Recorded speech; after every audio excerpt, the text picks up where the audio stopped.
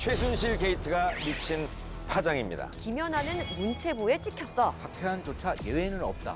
불이익을 당했다든지 그런 말에 대해서는 솔직히 제가 직접적으로 느낀 그런 게 아니기 때문에 훈련 제대로 못해서 메달 분명 못 딸 거다 이런 얘기도 하고 종북으로 규정하고 있다. 태극마크를 달 수 없다라는 이제 왜 그럼 이뻐서 꼭 내보내야 되는 다른 선수가 있는 거야? 특혜를 받았다는 의혹을 받고 있는 또 다른 스포츠계 요정이 있습니다. 바로 선수라고 합니다. 그간 받았던 모든 상들이 다 특혜다. 네. 3번 연속으로 상을 독차지하는 거는 좀 형평성에 문제가 있지 않냐 정도의 지적은. 거기에 잘 보이는 사람이 잘못하는 거예요? 거기에 잘 보이는 사람한테 특혜를 주는 잘못하는 거예요? 세상에 의미 없이 떠도는 풍문은 없다. 더 은밀하고 더 쇼킹한 이야기로 찾아왔습니다. 밀착 토크. 풍문으로 그렇쇼. 반갑습니다. 네, 오늘 풍문쇼의 게스트를 한 분 모셨습니다. 네, 지난주 실검 장학의 주인공이시죠. 네. 한석준 씨. 네, 안녕하세요.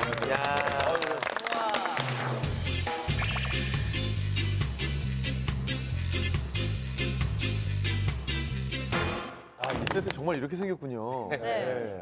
어떻게 생긴 줄 알았어요? 저는 사실 어떻게 카페 이런 데 가서 하는 게 아닐까 했어요. 되게 이렇게 좀 뭔가 분위기가 따뜻한 느낌이어가지고 네. 어느 특별한 장소인 줄 알았는데 그냥 스튜디오에 썼거든요. 아니 근데 진짜 저도 깜짝 놀란 게 네네. 저도 이렇게 뒷걸음질 치다가 네. 쥐를 잡잖아요. 네. 한석준 씨 검색어 1위 쫙 오랜만인 것 같아요. 예. 일단 제가 검색어 1위를 해서 정말 이걸 뭐 기쁘다고 해야 되는지 모르겠는데 기뻐야죠. 네네. 뭐 결혼 때도 못 해본 이혼 때도 못 해본 1위를 드디어 했습니다. 아니 사실 근데 요즘 연예인이 실시간에 1위 하기는 힘들잖아요. 요즘 다 정치인들만. 맞아요. 미소인데 대단한 거예요. 네, 그래서 댓글 중에 하나가 역시 이 사이트는 검색어 순위를 조작하는구나 뭐 이런 느낌이 있었어요. 네, 다른 거 올리기 싫으니까 내 걸 올려놨구나 뭐 이런 얘기도 있더라고요. 그렇더라도 참 감사해요. 감사합니다. 네, 오늘 저희 풍문쇼에서도 아주 속 시원하게 얘기해 주실 거죠? 예, 오늘 뭐 얘기할 게 굉장히 위험한 주제더라고요. 아니 뭐 지난주에 편안한 얘기할 때 불러주시지 이렇게 위험한 얘기할 때 이렇게 불러주셔가지고. 한번 오늘 실검 1위부터 예. 10위까지 한번 장악해 봅시다. 제가 볼 때 오늘은 잘못하면 잡혀가기 쉽습니다. 알겠습니다. 사실 저는 예능 프로그램이나 드라마를 꼭 집에 가면 챙겨보는 사람 중에 한 명인데요. 네. 요즘 보지를 못하고 있습니다. 왜냐하면 그 시간을 놓쳐요. 맞아요. 그러니까 뉴스 보다가 이제 그 시간 되면 드라마를 봐야지 하고 항상 생각을 하고 뉴스를 보는데 시간을 보면 벌써 12시가 다 됐어요. 맞아. 뉴스를 보다 보면 그냥 하루가 지나가요. 아니 저는 아기가 이제 막 자라는 시기고 이제 발음이나 이런 게 굉장히 중요하다고 생각하기 때문에 항상 EBS를 틀어놨었단 말이에요. 지금은 애가 EBS를 볼 시간이 없는 거예요. 같이 뉴스를 보는 거예요, 계속. 그런데 지난번에도 이렇게 촛불집회 보니까 이렇게 사람들이 행진하는 거 보더니 본인이 갑자기 하고 나가는 거예요. 애가 갑자기. 아니, 근데 그 정도로 이제 많이 그렇게 되긴 것 같아요. 저는 제가 본업이 어쨌든 정치이기 때문에 제가 지난 한 주 동안 뭐 단식하고 이렇게 맞아. 예, 하다 보니까 정치 뉴스에 등장했는데 가장 큰 문제는 뭐냐면 제가 하는 방송 프로그램들 있잖아요. 그게 그 제가 하는 프로그램이 시청률이 잘 나왔어요. 그러니까 그 방송에서 제 방송을 계속 트는 거예요. 네. 일주일에 6번을 틀었어요. 그러다 보니까 사람들이 쟤는 단식 안 하고 저기서 왜 저러고 있냐 그래가지고. 아니 근데 진짜 아이러니한 게 이렇게 뉴스를 보면서 이렇게 재밌으면 우리 개그맨들은 뭐 하고 살라고. 똑바로 좀 해요, 네, 그러니까. 아니 그래서 요즘 같은 경우에는 좀 내가 이러려고 개그맨 됐나 자괴감이 좀 들고요. 정말 좀 아이러니하네요. 요즘은 다들 정말 많은 순실감도 들고. 본인이야도 지금 깜짝 놀라죠? 네, 저 깜짝 놀랐네요. 네. 순실감이 뭐예요? 뭐 상실감의 대체어예요? 뭐 그런다고 합니다. 순실의 시대라는 책도 있고요. 자, 그래서 예능보다 더 재밌고 뉴스보다 더 흥미진진한 스펙타클 어메이징한 풍문을 준비했습니다. 최순실 게이트가 미친 파장입니다. 자, 요즘 다른 모든 소식은 다 묻힐 만큼 온 나라가 들썩이고 있습니다. 최순실 게이트로 시작된 국정농단 사건이 이제는 대통령 퇴진 운동으로까지 번지고 있는데요. 네, 최순실 게이트 관련 비리가 스포츠계에도 아주 큰 영향을 미쳤다는 소식이 들려오더라고요. 스포츠계에서도 최순실 게이트 파문으로 피해를 본 스포츠스타가 있다고 그래서 또 논란이 일었는데 그 스포츠스타가 그 피겨계 요정 김연아 선수입니다. 근데 김연아 선수 하면 정말 세계적으로 사랑을 받고 있는 선수잖아요. 근데 왜 대체 어떤 일로 미온털이 이렇게 박힌 거예요? 바로 우리가 이전에 한번 언급을 했었던 늘품체조 때문인데요. 이 늘품체조는 바로 문학의 황태자죠. 차은택 씨가 최순실 씨 등에 하고 문화예술계의 각종 사업에 좀 개입해서 이권을 가로챈 대표적인 사례죠. 그런데 김연아 선수가 2014년 11월 26일 날 이 늘품체조 시연회에 참석해달라는 요청을 받았다고 합니다. 이 시연회에 이제 그 참석해달라는 요청을 받았지만 이제 거부했다고 이 김연아 측에서는 이야기를 했는데요. 그 이유에 대해서 이제 이 김연아 선수가 피겨 스케이팅을 타고 있고 체조와는 별반 관계가 없었기 때문에 이 자신의 이미지와 맞지 않아서 이제 참석하지 않았다 이렇게 이야기를 했었죠. 그러면서 당시 이제 그 김연아 선수 같은 경우에 이런 그 근본적인 이유뿐만 아니라 평창 올림픽 그다음에 또 이제 그 유스 올림픽 홍보로 그 바쁜 스케줄이었기 때문에 참석을 할 수 없었다고 주장을 했습니다. 네, 그리고 지난해 8월 15일이었죠. 광복절 행사 때문에 상암 월드컵 경기장에서 국민 대합창 나는 대한민국 콘서트에 김연아 선수가 참가를 하게 됩니다. 그런데 여기에 박근혜 대통령도 함께했죠. 그런데 여기서 한 가지 해프닝이 생깁니다. 바로 김연아 선수가 행사장에서 이제 박근혜 대통령이 옆에서 지그시 바라보면서 손을 잡는데 그 손을 빼는 듯한 모습이 포착이 되면서 여러 가지 논란에 휩싸이게 되죠. 근데 이 장면은 사실 이틀 후에 뉴스로 보도가 됐어요. 근데 그때 당시 기사의 제목이 김연아가 박 대통령을 대면하는 모습이라고 이렇게 기사화돼서 한동안은 김연아 선수가 조금 버릇이 없다 뭐 이런 논란에 좀 휩싸이기도 했죠. 근데 너무 김연아 씨가 지금 다른 데 정신이 팔린 상태라서 저도 만약에 다른 데 신경을 쓰고 있는데 누가 제 손을 갑자기 확 잡았어요. 그럼 저도 놀라서 그냥 이렇게 그냥 액션 정도만 취했을 것 같은데 그게 딱 찰나에 찍혔을 뿐인 것 같아요. 그러니까 이게 논란이 이러니까 사실 이제 김연아 씨도 본인이 그렇게 얘기를 했죠. 아무리 버릇이 없다 한들 어른의 손을 뿌리칠 만큼 그런 상황은 아니다. 손을 왜 뺐는지 되게 궁금해하시는 분들이 많거든요. 그것도 원래 그 자리가 제 자리가 아니었었고요. 제가 또 생방송이다 보니까 또 우왕좌왕하는 사이에 그런 일이 벌어진 것 같고 제 기억으로는 제가 아무리 버릇이 없어도 어른의 손을 뿌리치지는 않았던 것 같아요 그때. 네, 저 때 방송을 하는 그 여러 가지 상황에 대해서 그냥 제가 들은 얘기로는 사실 저 논란이 있기 전에 제가 들은 얘기로는 그게 마지막 장면 이렇게 모두가 앞에 나가서 뭐 손잡고 어쩌고 이런 걸로 기획을 했었는데 그 대화 열이 다 흐트러졌대요. 그래서 굉장히 좀 어지러운 상황이었다라는 말을 제가 들어서 그 당시에 이제 뒤에서 플로어 보던 친구들한테 보고 정리하는 게 굉장히 힘들었다라는 말을 저는 들었었거든요. 그러고 나서 며칠 있다 저 논란이 생겼던 근데 거예요. 저는 약간 생각이 다른 게 이렇게 딱 보면은 보통 우리가 만약에 이제 어른이 잡았을 경우에 솔직히 이렇게 하면 한번 쳐다보면서 이게 사실은 맞아요. 근데 제가 볼 때는 그냥 뿌리쳤다의 개념보다는 김연아 씨가 손길이 애정스럽지는 않았다라는 그런 느낌이 좀 있었어요. 만약 오빠가 저런 이제 손을 잡아준다고 해봐요. 그랬을 경우에 오빠 그래요 이런 느낌은 아니었다라는 거죠. 적어도.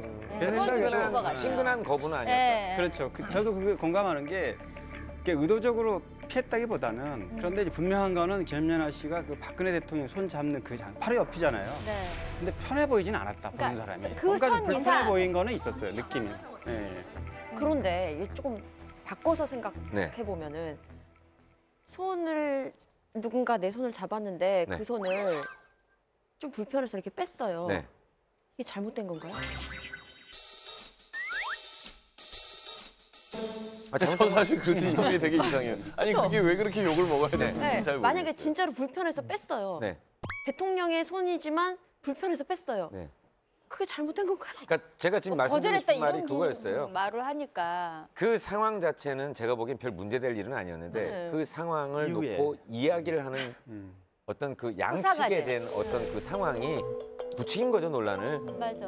그러다 보니까 이제 그 당사자가 이제 대통령과 또 국민 요정이다 보니까 이제 더 논란을 일으키고 싶은. 아니 마치 그럼 대통령님이 이렇게 손을 딱 뻗으시면 아이고 뭐 이렇게 아이고 손을 안 씻고 이러면 안 된다니까. 김지민 씨. 일단 씻어야지. 정말 거예요. 실망이야. 그게 바로 이제 그 핵심적인 문제라고 생각을 해요. 근데 이제 뭐 박근혜 대통령과 같은 경우에도 유세 당시에 이제 그 하도 악수를 많이 해가지고 이 경호원들이 제지를 한다거나 하는 것들도 많았고, 이 박근혜 대통령이 실제적으로 일반인들과 악수하는 장면 역시 굉장히 어떤 장면에서는 성의가 없는 장면이거든요.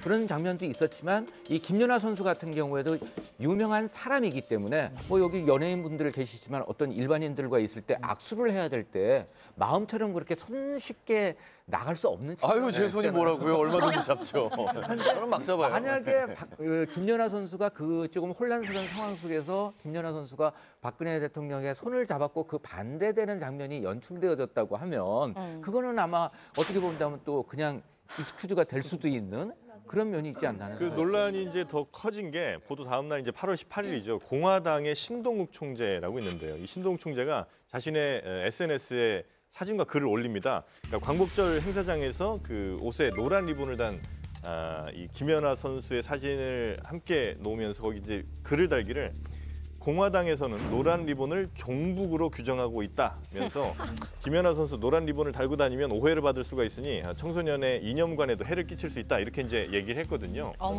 그런데 우리가 사실 살펴보면 이 신동욱 총재라는 분이 뭐 사실 정치적으로 크게 의미가 있는 그런 역할을 하고 계신 분은 아니기 때문에 뭐 이거를 어떻게 한 방에 그냥 사람 어떻게 될지. 아니요, 근데 신동욱 씨는 솔직히 말하면 뭐 그냥 반쯤 예전에 제가 생각하기에는 허경영 씨가 갖고 있던 위치를 지금 좀 가져가는. 우주에 사실 아니 네, 그렇다기 때문에 이거를 뭐 어떤 정치 세력 간의 이해를 보기보다는 좀 튀는 발언이었고, 그때 신동욱 씨가 여기에 또 그래서 김연아 씨의 그런 행동에 대해서 면죄부를 자기가 주겠다고 하면서 5가지를 제시했던 게 뭐냐면은 김대중 대통령이 상시 개명을 했다는 걸 인정하느냐, 아니면 김대중 대통령이 천황 폐하를 모셨다는 걸 인정하느냐, 종군 위안부 배상을 받지 않겠다고, 이런 식으로 정치적 주장을 하는데 김연아 그 선수를 끌어들인 거기 때문에 사실 이게 뭐 의미 있는 주장은 아니지. 뭐 그런데 어쨌든 이런 일이 좀 쌓이다가 결국은 최근에 보도가 됐죠. 김연아 선수가 불이익을 당했다라는 뉴스가 보도가 되면서 문제가 더 커지게 된 거죠. 저 아직도 이해가 안 가요. 국민요정 김연아 씨한테 대체 어떤 불이익이 갔는지 우리가 알고 있는 게 있나요? 네, 그 대한체육회에서 이제 선정하는 이 스포츠 영웅 선정에서 이제 김연아 선수가 탈락을 하게 됩니다.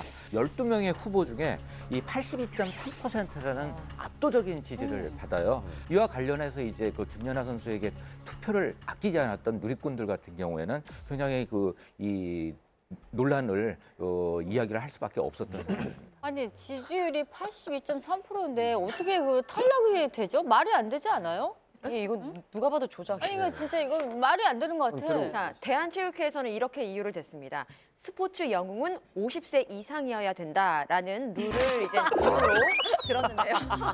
이거 후보에 올리지 말았어요. 그렇죠. 이게 있어요. 그렇죠. 후보에 올리지 말았어요. 그래서 그때 2015년에 선정된 스포츠 영웅들은 이분들이었어요. 이분들의 폄하 의도는 전혀 없는데 이분들도 업적이 많으시니까요. 김운용 전 IOC 부위원장 이분이 되셨고, 또 양정모 전 레슬링 선수, 박신자 전 농구 선수, 이 세 분이 뽑혔다고 하더라고요. 그러니까 이게 문제인 게요. 되게 대단한 선수들이에요. 그럼요. 그런데 이런 논란 속에 영웅으로 선정되면요, 이 사람 어디 가서 이거 자랑도 못해요. 그렇죠. 아, 그 김연아인데 정말 미워하기도 힘들겠다. 그렇지 않아요? 그러면 이분들도 영웅이 스포츠 영웅이 되기 위해서 50세 될 때까지 저 영웅 아니고 기다린 거예요. 난 아직 영웅이 아니야. 어머 세상에. 때는 이제 기다려야 돼. 어머 세상에 만상에. 난 영웅이 아니다. 아니 피겨 스케이팅도 좀 기다렸다가 한 50세 이상 기다려야죠. 아니 애초에 사실 작은 가요 시상식에서도 뭐 이런 문제가 발생을 하면 굉장히 뭐 논란이 많이 그럼요, 생기기 화제가 크죠. 마련인데 대한체육회가 근데 이게 그 좀 따져봐야 되는 게 이제 2010년대부터 이제 이걸 선정을 시작했는데 2011년에 그러면 받은 사람이 누구냐를 따져보면 송기정공이에요. 그러다 보니까 스포츠 대상 같은 것들, 체육 대상 같은 경우 이런 경우는 올해 또는 전해에 가장 뛰어난 성과를 낸 사람이지만 스포츠 영웅이라는 건 또 그에 특별히 기릴 사람을 뽑는 그 성향도 있기 때문에 실제로 50세 이상을 하는 게 규정에 있었어요. 그렇기 때문에 이 부분은 아마 김연아 선수가 불이익이라고 보기보다는 아까 한석준 씨 말씀하신 것처럼 애초에 인터넷 투표에 넣어놓은 것 자체가 뭐 실무자의 실수든지 간에 아니면 흥행을 끌기 위해서 넣었던지 간에 그거 자체가 지금 오해를 살 수 있는 근거가 된 것이고 규정에 50세 이상 뽑는다는 건 있었다는 거죠, 그 당시에. 그러니까 이제 당시에 그 누리꾼들 사이에서 가장 논란이 된 게 바로 이제 말씀하셨던 부분, 왜 50세 이하는 안 된다는 이 규정 때문에 안 될 것 같으면 왜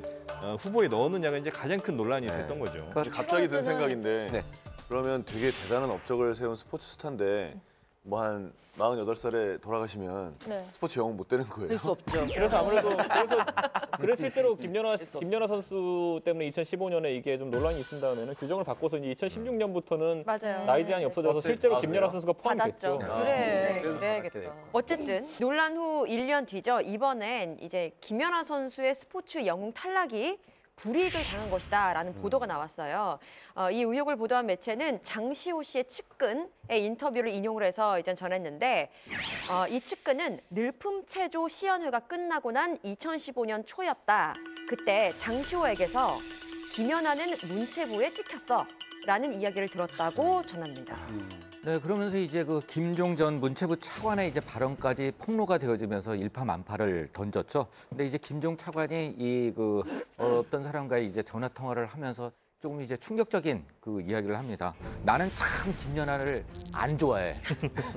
라고 했는데 만약에 그 정도 이제 높은 위치에 있는 이 사람이 그렇게 이야기를 한다면 분명히 이제 그 밑에 사람들 같은 경우에도 영향은 분명히 미치지 않았을까. 거의 뭐 무언의 압박을 하는 거 아니에요? 그러니까 방송사 사장이 난 제일 싫어 이렇게 얘기하는 거랑 똑같은 거죠. 아니 그렇다면 자 우리가 지금 얘기했던 대한체육회의 그 스포츠 영웅에 대한 어떤 규제 이게 결국은 문화체육관광부에 찍혔기 때문에 없었던 기준이 만들어져서 탈락한 것이냐라는 의문이 좀 드는데 어떻습니까? 근데 사실 이게 그러니까 좀 통틀어서 보자면은 이 만약에 정부에서 특히 김종 차관 같은 사람이 김연아 선수가 싫어가지고 뭐 상을 다 안 주기로 했다 그러면은 딱 요 영웅 말고도 다른 것들도 좀 배제가 됐어야 되는데 그렇다고 보기엔 2015년에 국가 브랜드 대상 스포츠 부문도 김연아 선수가 수상을 했고 2014년에는 스포츠 마케팅 어워드 코리아 올해의 스포츠 선수 이런 거 다 수상했기 때문에 사실상 압력이 뭐 이렇게 전방위적으로 미친 그런 상황 아니라고 보는 것이 맞을 것 같습니다. 근데 사실 분위기가 안 줄 수 없는 분위기였어요. 너무 김연아밖에 없었거든요.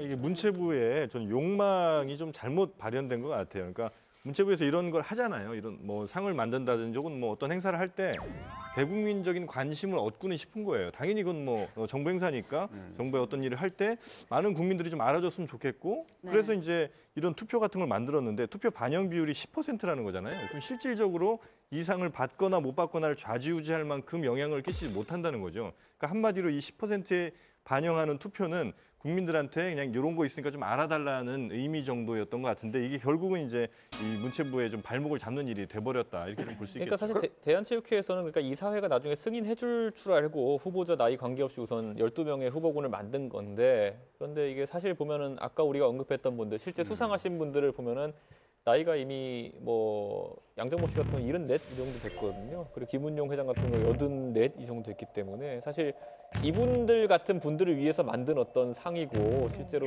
조금씩 이제 그분들한테 하나씩 상을 주면서 왜냐면 그분들 나이가 많으시기 때문에 지금 줘야 된다는 취지였는데 어쩌다 보니까 이제 아까 정은지 씨 말한 것처럼 흥행을 위해서 이제 우리가 이름을 알 만한 분들 뭐 차범근 감독이라든지 김연아 씨라든지 이런 분들 넣다 보니까 인터넷이라는 매체 특성상 굉장히 높은 지지율이 나왔지만은 실제 점수 반영 비율은 10% 정도로 해놨던 거예요. 그러니까 이 부분이 너무 엇갈려서 오해 소지가 컸던 거죠. 사실 그 상의 취지를 보면 취지는 굉장히 좋은 것 같아요. 취지가 있고 원칙이 있다면 그것을 따라가고 그것을 지키되 뭐 홍보를 잘해가지고 이렇게 좀 투표를 높인다든지 이런 방안을 강구해야 되는데 여론이 이러니까 그럼 나이 연령 제한 없애버리겠습니다. 이런 식으로 나가니까 원칙도 없고 인정도 못 받고 이렇게 되는 거죠. 이제 김연아 선수로서는 뭐 나름 억울하다면 억울할 만한 일이 또 뭐 있냐면 이 논란 이후에 밝혀진 사실을 보면 그러니까 김연아 선수가 결국은 어떤 정부 행사에 잘 참여하지 않아서 이런 불이익을 당했다는 거잖아요. 그런데 김연아 선수는 정작 이 초청 소식, 이 시연식에 초청한다는 이야기 자체를 못 들었다는 거예요. 왜냐하면 그 소속사 대표가 김연아 선수가 당시에 너무 바빠서 하루에 막 3-4개씩 행사를 소화할 때이기 때문에 이제 자기가 혼자 판단을 해서 이 행사는 좀 아닌 것 같다라고 판단했을 때는 김연아 선수한테 말도 꺼내질 않았기 때문에 아예 이 소식 자체를 몰랐다. 이제 이렇게 봐야 된다는 거죠.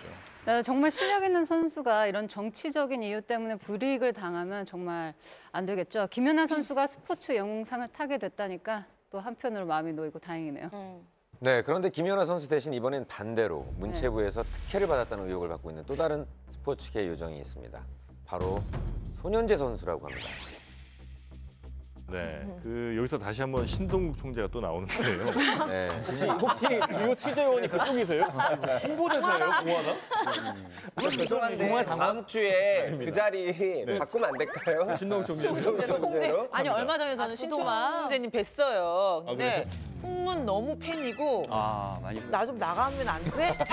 이러시더라고요. 네. 모시자. 했어요. 김연아 선수 악수 논란이 한창이었을 때 신동국 총재가 또 어떤 SNS를 올렸느냐 보면 이제 8월 17일인데 그러니까 손현재 선수가 박 대통령이랑 악수하는 사진 그리고 김연아 선수가 박 대통령 손을 이렇게 잡는 그 사진이 있죠. 그러니까 굉장히 대비된 사진을 딱 놓고 김연아 선수 25살 금메달리스트, 손현재 선수 21살 동메달리스트. 두 사람의 공통점은 국민 여동생이다. 박근혜 대통령을 대하는 태도에서는 김연아를 국민 팥쥐에 그리고 손현재 선수를 국민 콩쥐에 여동생 대신 애칭을 붙인다. 이렇게 틀렸습니다. 아니, 그렇다면 손현재 선수는 왜 혜택을 받았다고 하는 건가요? 이번에도 역시 늘품체조가 또 문제가 됐습니다. 네. 김연아 선수가 박근혜 대통령이 그 시연장이 대통령이 나온 자리에 손현재 선수는 나왔는데 김연아 선수는 이제 참석을 안 했다는 것 때문이죠. 결국은 정말 늘품체조 시연이 지금 계속 문제로 지금 대두가 되고 있는데 박근혜 대통령의 그 늘품체조 하는 모습을 보고 어떻게 생각들 하셨나요? 대통령이 왜 시다. 저거까지 해야 되나? 대통령이 왜 저거까지 해야 되나라는 생각을 했어요. 굳이 저기까지 저 장소까지 가셔서 그 늘품체조를 하는 모습이 트레이닝 입으시고 아니 왜 나 원데이 트레이닝이 뮤지컬도 너무 눈에 보셨는데요? 튀어서 체조가 눈에 안 들어왔어요. 사실 여기에는 이제 충격적인 사실이 두 가지가 있어요. 가연 씨도 이제 얘기했지만은 이제 박근혜 대통령이 이끌어 나왔던 추리닝 네. 이 부분 같은 경우에도 실제적으로는 이제 그 최순실 씨가 준비했던 것으로 알려져 있고요. 그 의상실에 의상실에서. 그렇죠. 그러니까 저 형광색 저거 있잖아요. 그렇죠. 나 그거에 깜짝 놀랐잖아요. 그래서 얼마나 저 늘품체조에 관심이 많았냐면 직접 배워가지고 그것을 연습해서 시연회에 나오셨다고 합니다. 기왕에 늘품체조 얘기가 나와서 말인데 제가 그 하이라이트 아니야. 왜 이래요? 그거 하신다고? 네, 왜냐면 제가 정아름 씨하고 꽤 친분이 있는데 이런 동작을 넣었더라고요. 배웠어요? 늘품체조가 1, 2, 3, 4. 그게 체조예요? 저거잖아. 둘, 셋, 넷. 노젓기. 그렇지. 어이구. 이거 너무 사연 씨 춤 아니에요? 야, 이거 중독성 있어. 말은 못해. 야, 이거 나한테 주지. 내가 할 수 있었는데. 그게 아니라 뭐 진짜. 새로운 뭔가가 아니라 뭔가를 어디서 본 듯한 뭐 짜집기한 그런 느낌인데 잘 이게 어쨌든 사실 원래 제작한 분이 걸그룹 안무가 아니신가요? 그러니까 동작이 아까 홍석천 씨가 말한 것처럼 익숙한 동작들이 좀 나올 수밖에 없는 것 같아요. 당연히 힘들 수밖에 없고요. 즐거운데요? 운동이 될 수밖에 없고요. 그럼요. 계속 근데 이제 여기서 왜냐하면 지금 이 늘품체조를 보니까 1970년대부터 시작해서 2000년대까지 유행했던 춤이 다 들어가 있네요. 랄랄랄랄랄랄 이렇게 아니 그러니까 이런 늘품체조 시연회에 우리 손현재 씨가 초청이 돼서 같이 체조를 했다는 얘기잖아요. 그렇죠? 가져올 수가 있습니다. 그래서 오늘 근데 사실 제대로 따라 하시는 분이 없어요. 정아름 씨 신드지 아래. 손현재 씨가 또 뒤에 보이네요.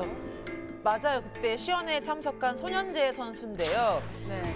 이 시연회에 참석한 이후에 좀 각종 특혜를 받았다. 뭐 이런 얘기들이 있었죠.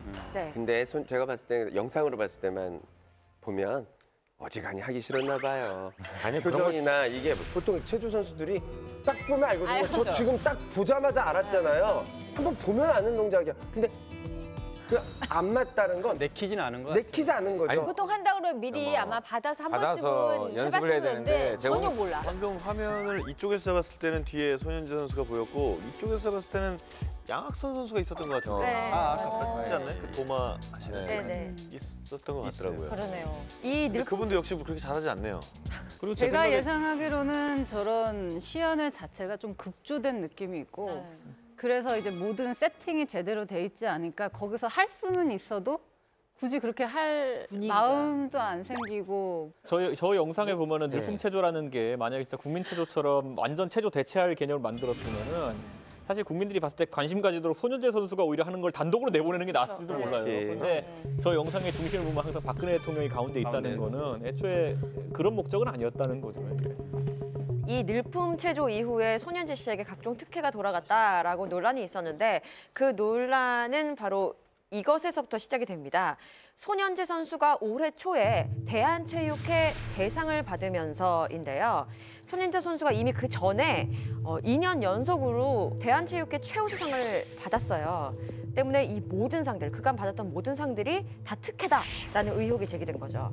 아니 손현재 선수면 받을만 하지 않나요? 메달도 꽤 많이 땄는데. 일단은 이 업적에 대해서 조금 말씀을 드리면 2015년 광주 하계 유니버시아드에서 금메달 3개, 은메달 2개를 땄고요.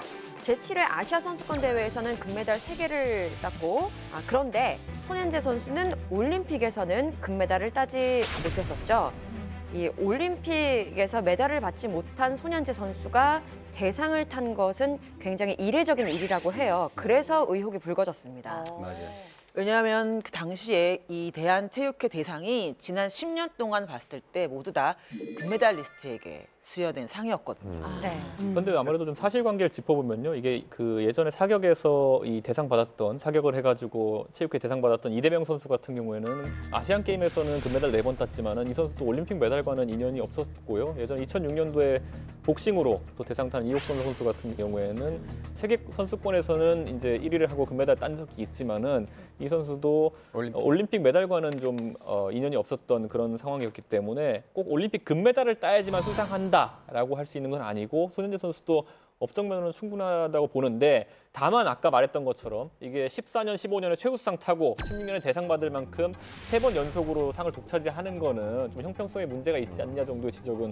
가능할 것 같아요. 그러니까 늘품 체조에 참석을 해서 상을 준 게 아니냐 이런 논란이 있는 거잖아요. 근데 뭐 대한체육회에서도 늘품 체조에 참석을 한 우리 이쁜 손현재 선수에게 이 상을 주마 이렇게는 안 했을 거고 공식적으로 그럼 그분들이 얘기한 이 수상의 이유는 뭡니까?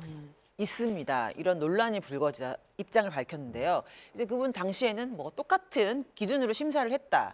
일부러 손현재를 몰아가는 분위기는 아니었다라면서 아시아권에서 최정상의 기량을 보이고 있고 척박한 국내 리듬 체조계의 상황을 고려했을 때 충분히 업적이 있다. 그래서 상을 준다라고 해명을 했습니다. 리듬 체조가 척박한 건 인정하는데 우리 김연아 선수 전에는 피겨 스케이팅도 굉장히 척박했어요. 그렇죠. 박태환 선수 전에는 수영계는 전무했어요. 정말 상상도 할 수 없었죠, 메달은. 맞아. 그럼요. 그러니까 뭐 그걸 갖고 그렇게 얘기할 수 없고 그냥 뭔가 다른 이유가 명백하게. 난 이런 이유로 얘한테 상을 줬다. 이런 이유가 좀 있었으면 좋겠어요. 그러니까 김연아 선수나 손현재 선수나 둘 다 너무나 좋은 선수들인데도 불구하고 김연아 선수가 아닌 손현재 선수가 탔기 때문에 결국은 문체부에 찍혔느냐 안 찍혔느냐 이거에 대해서 결정된 게 아니냐 다들 그렇게 생각하는 거죠. 그렇죠. 네, 그렇게 생각할 수 있는데 꼭 그게 전부는 아닌 것 같아요. 일단 수상의 기준이 됐던 2015년 이때에는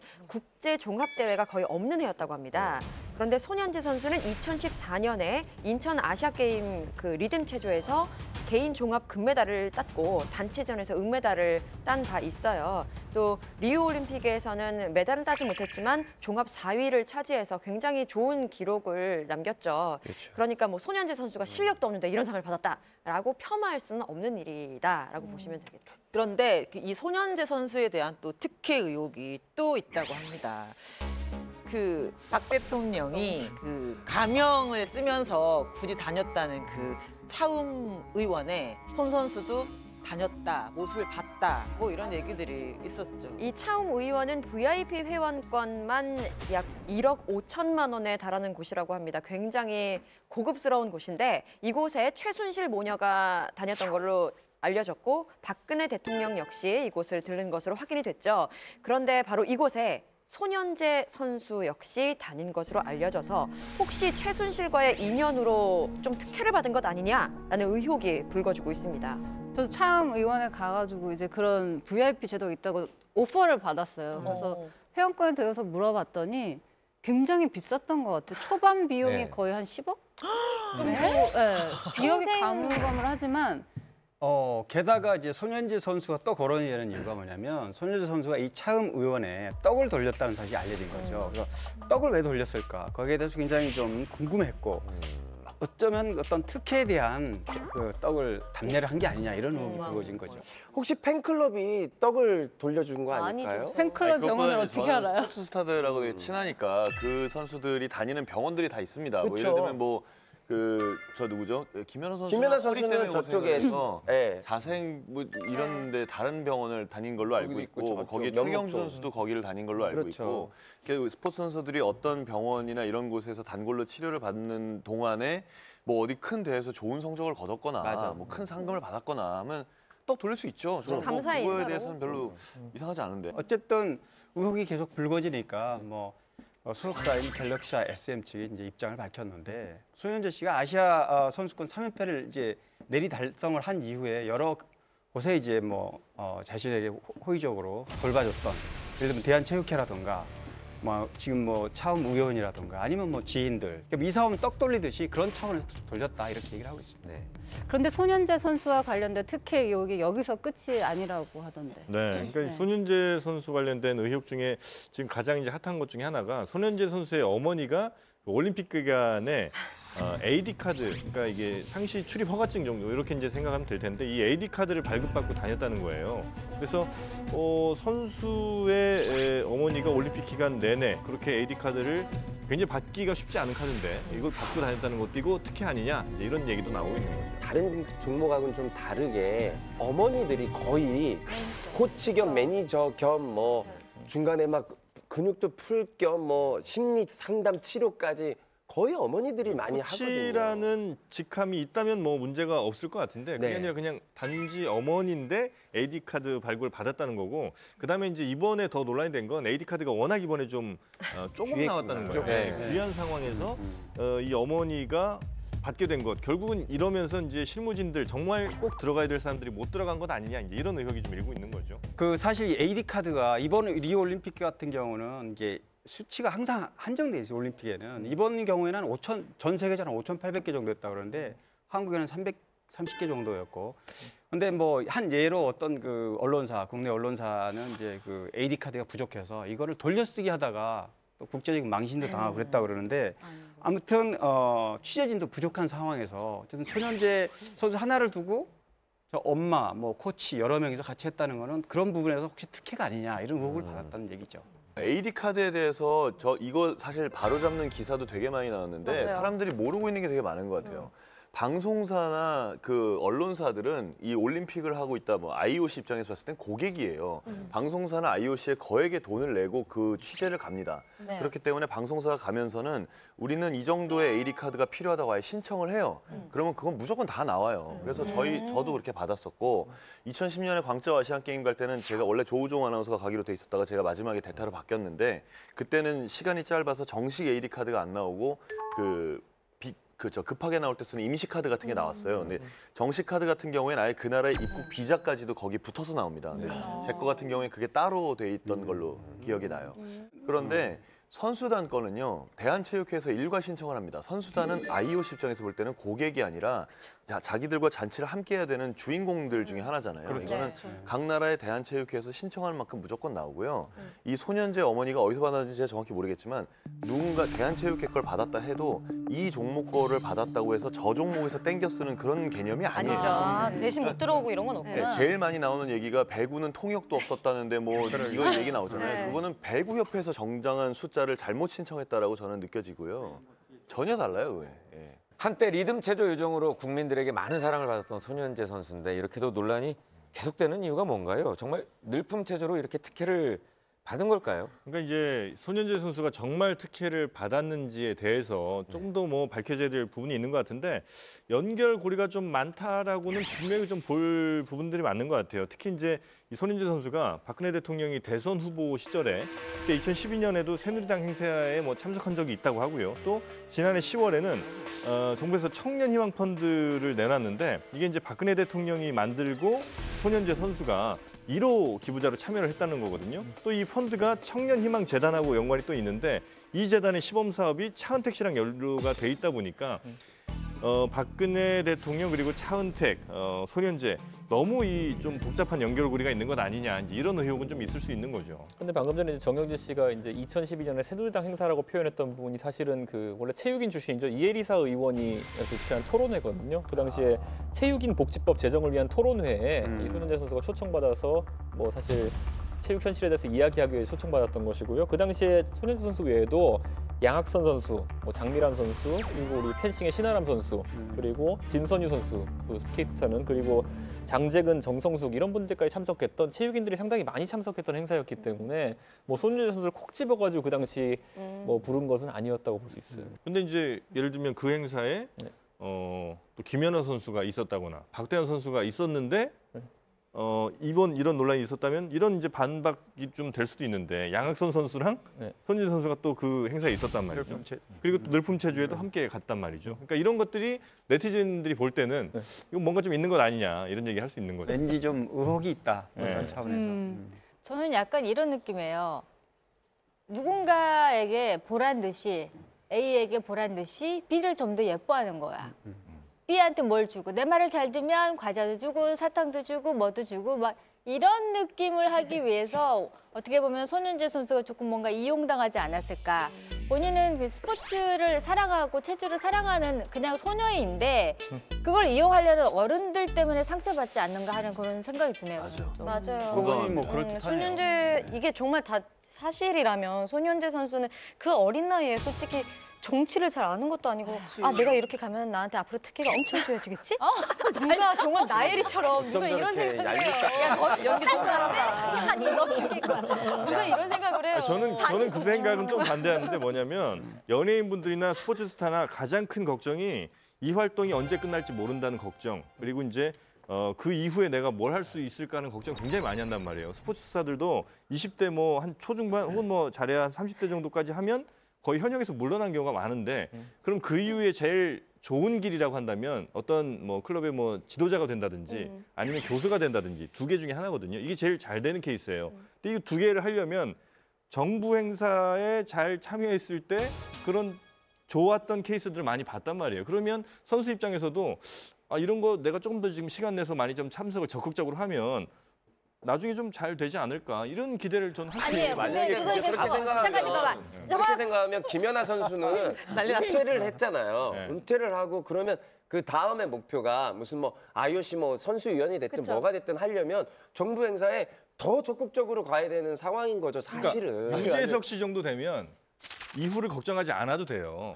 마찬가지로 김연아 씨 정도 되면 그 이후 크게 걱정할 필요가 없는데. 근데 정영준 씨가 그 나이기 때문에 그렇게 생각을 하지 어린 선수들이 특히 스포츠 관련된 선수들은요. 내가 이런 활동에 좀 활용하면서 내 분야에 같이 뛰고 있는 사람들에게 조금이라도 도움이 되길 바라는 그 마음이 있었던 거지. 어머, 난 특혜 받아서 어머, 나 이번에 가는 거야. 막 절대 이러진 않다는 그리고 저는 이 논란에서 제가 제일 답답하게 느껴지는 부분은 만약에 정영진 편집장께서 말씀하신 걸 100% 사실이라고 한다 하더라도 그러면 교수나 뭐가 되고 싶어서 거기에 잘 보이는 사람이 잘못하는 거예요? 거기에 잘 보이는 사람한테 특혜를 주들이 잘못하는 거예요?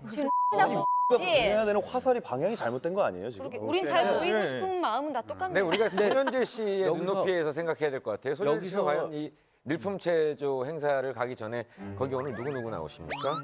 네. 그리고 거기 내가 가서 해야 될 게 뭐죠? 저기 죄송한데 손현재 선수 준비하기에는 얼굴이 너무 안 들어오는데. 손현재 씨는 그냥 그 자리에서 열심히 운동하는 체조 선수고 그냥 그 사람 입장에서 그러니까 손현재 씨 입장에서는 그냥 운동에만 맞아요. 집중해야 될 시간에 그냥 오라고 그래서 갖고 하라고 하는데 이게 뭐예요? 아, 근데 이렇게 하면 증거가 끝나는 있는 게 거예요? 뭐냐면 정말 그런 마음이었다면은 진짜 체조를 정말 다 외워가지고 앞에 나오면 막 싸우면서 막 했을 아니, 거야. 근데 우리 지금 솔직히 말하면 네. 지금 모든 이 얘기들이 딱 따져보면 손현재 씨의 의사랑 상관없다라는 의견인데 그러면 만약에 이 모든 사실 정황들이 진짜라면 손현재 씨 회사에서 이랬겠지. 손현재 씨 봐라. 그럼요. 제 생각에는 여기서 얘기에 나오고 있는 뭐 그 김연아 씨든 아니면 손현재 씨 등 일부 내용에 있어서는 주어들이 좀 바뀌어야 되지 네. 않을까. 맞아요. 손현재 씨가 손현재 맞아. 손현재 씨가 씨 아닐 수도 있고 소속사인 결정한 것 사람이 아닐 같아요. 수도 있고 많은 부분들 이렇게 이제 뭐 정부 행사에 가고 그렇게 이제 결정하는 부분들은 이 그 매니지먼트사들이 맞아요. 결정을 내리게 되잖아요. 맞아요. 어떻게 본다면 그런 측면에서 이제 그 매니지먼트사나 아니면 그 소속사 측에서 정부가 이제 원활한 그런 일들을 도모하기 위해서 조금 어려운 스케줄이더라 하더라도 조금 강요한 측면도 있지 않을까 하는 생각이 듭니다. 네, 여러분들의 얘기를 잘 들어봤습니다. 네. 네, 그런데 김연아 선수 불이익 논란과 함께 손현재 선수의 특혜 의혹 또 이 중심에 서 있는 사람이 있습니다. 바로 김종천 문체부 차관인데요. 이분이 또 다른 스포츠 스타에게 불이익을 줬다는 논란이 있죠? 네, 맞습니다. 불이익을 당한 스타, 바로 마린보이 박태환 선수라고 알려졌죠. 김종천 차관이 박태환 선수의 리우 올림픽 출전을 포기하라라고 강요를 한 것으로 전해지고 있습니다. 아니, 차관의 임무가 원래 그 선수의 출전을 막는 건가요? 왜 막았대요? 애초 취지가 나빴던 건 아닌 것 같아요. 왜 그러냐면 원래 문체부 입장에서는 그 스포츠 4대학 척결이라는 그런 어떤 처벌 규정을 만들어서 그 2013년에 박근혜 대통령이 이제 체육회 비정상적 관행을 뿌리 뽑아야 된다 이런 그 의지를 천명한 적이 있습니다. 그러면서 이제 그 2014년 2월부터 김종 차관은 신고센터까지도 이제 마련을 하게 되는데 그러면서 이제 어떤 그 강공 드라이브를 하면서 이 그 박태환조차 예외는 없다 이런 메시지를 체육계에 이제 던지고 싶었던 것으로 보여집니다. 결과적으로는 뭐 악을 척결하자 해놓고는 본인이 나쁜 짓 했잖아요. 그건 어떻게 해야 돼요? 근데 이 당시에 사실 이런 메시지 하기에는 박태환 선수가 뭐 지금 와서야 뭐 이제 뭐 다시 좋은 성적을 내면서 그런 게 좀 불식되긴 했지만은 실제로 박태환 선수가 그 당시에 도핑 파문 같은 경우에는 사실 대중도 약간 이해하기 어려운 부분이 있었죠. 왜냐하면 도핑에 그렇게 민감한 국제적인 스포츠 스타가 약물에 대해서 제대로 이해하지 못했다라고 하면서 그 당시엔 사실 해명을 받아들이는 국민이 적었던 분위기도 했으니까 시범 케이스로 이렇게 잡아가지고 김종 차관이 뭐 기강 세우기 한다 이게 나섰던 것이고 사실 그런데 결과적으로는 우리 살펴보면 박태환 선수는 좀 아쉬운 부분이 있죠. 최근에 성적이 다시 잘 나오기 시작하면서. 그러니까 박태환 선수가 2014년에 어쨌든 지금 이준석 씨 얘기했듯이 금지 약물 도핑 테스트에 걸렸단 말이죠. 그래서 국제 스포츠법에 1년 6개월간의 징계를 받았어요. 그러니까 1년 징계를 받으면서 1년 반 동안 그 와중에 여러 가지 우여곡절을 겪습니다. 그리고 결국 이제 리우 올림픽을 앞둔 지난 4월에 어쨌든 국가 동아 수영대회를 거쳐가지고 국가대표 출전자를 얻었는데 그 과정이 굉장히 힘겨웠었죠, 본인한테.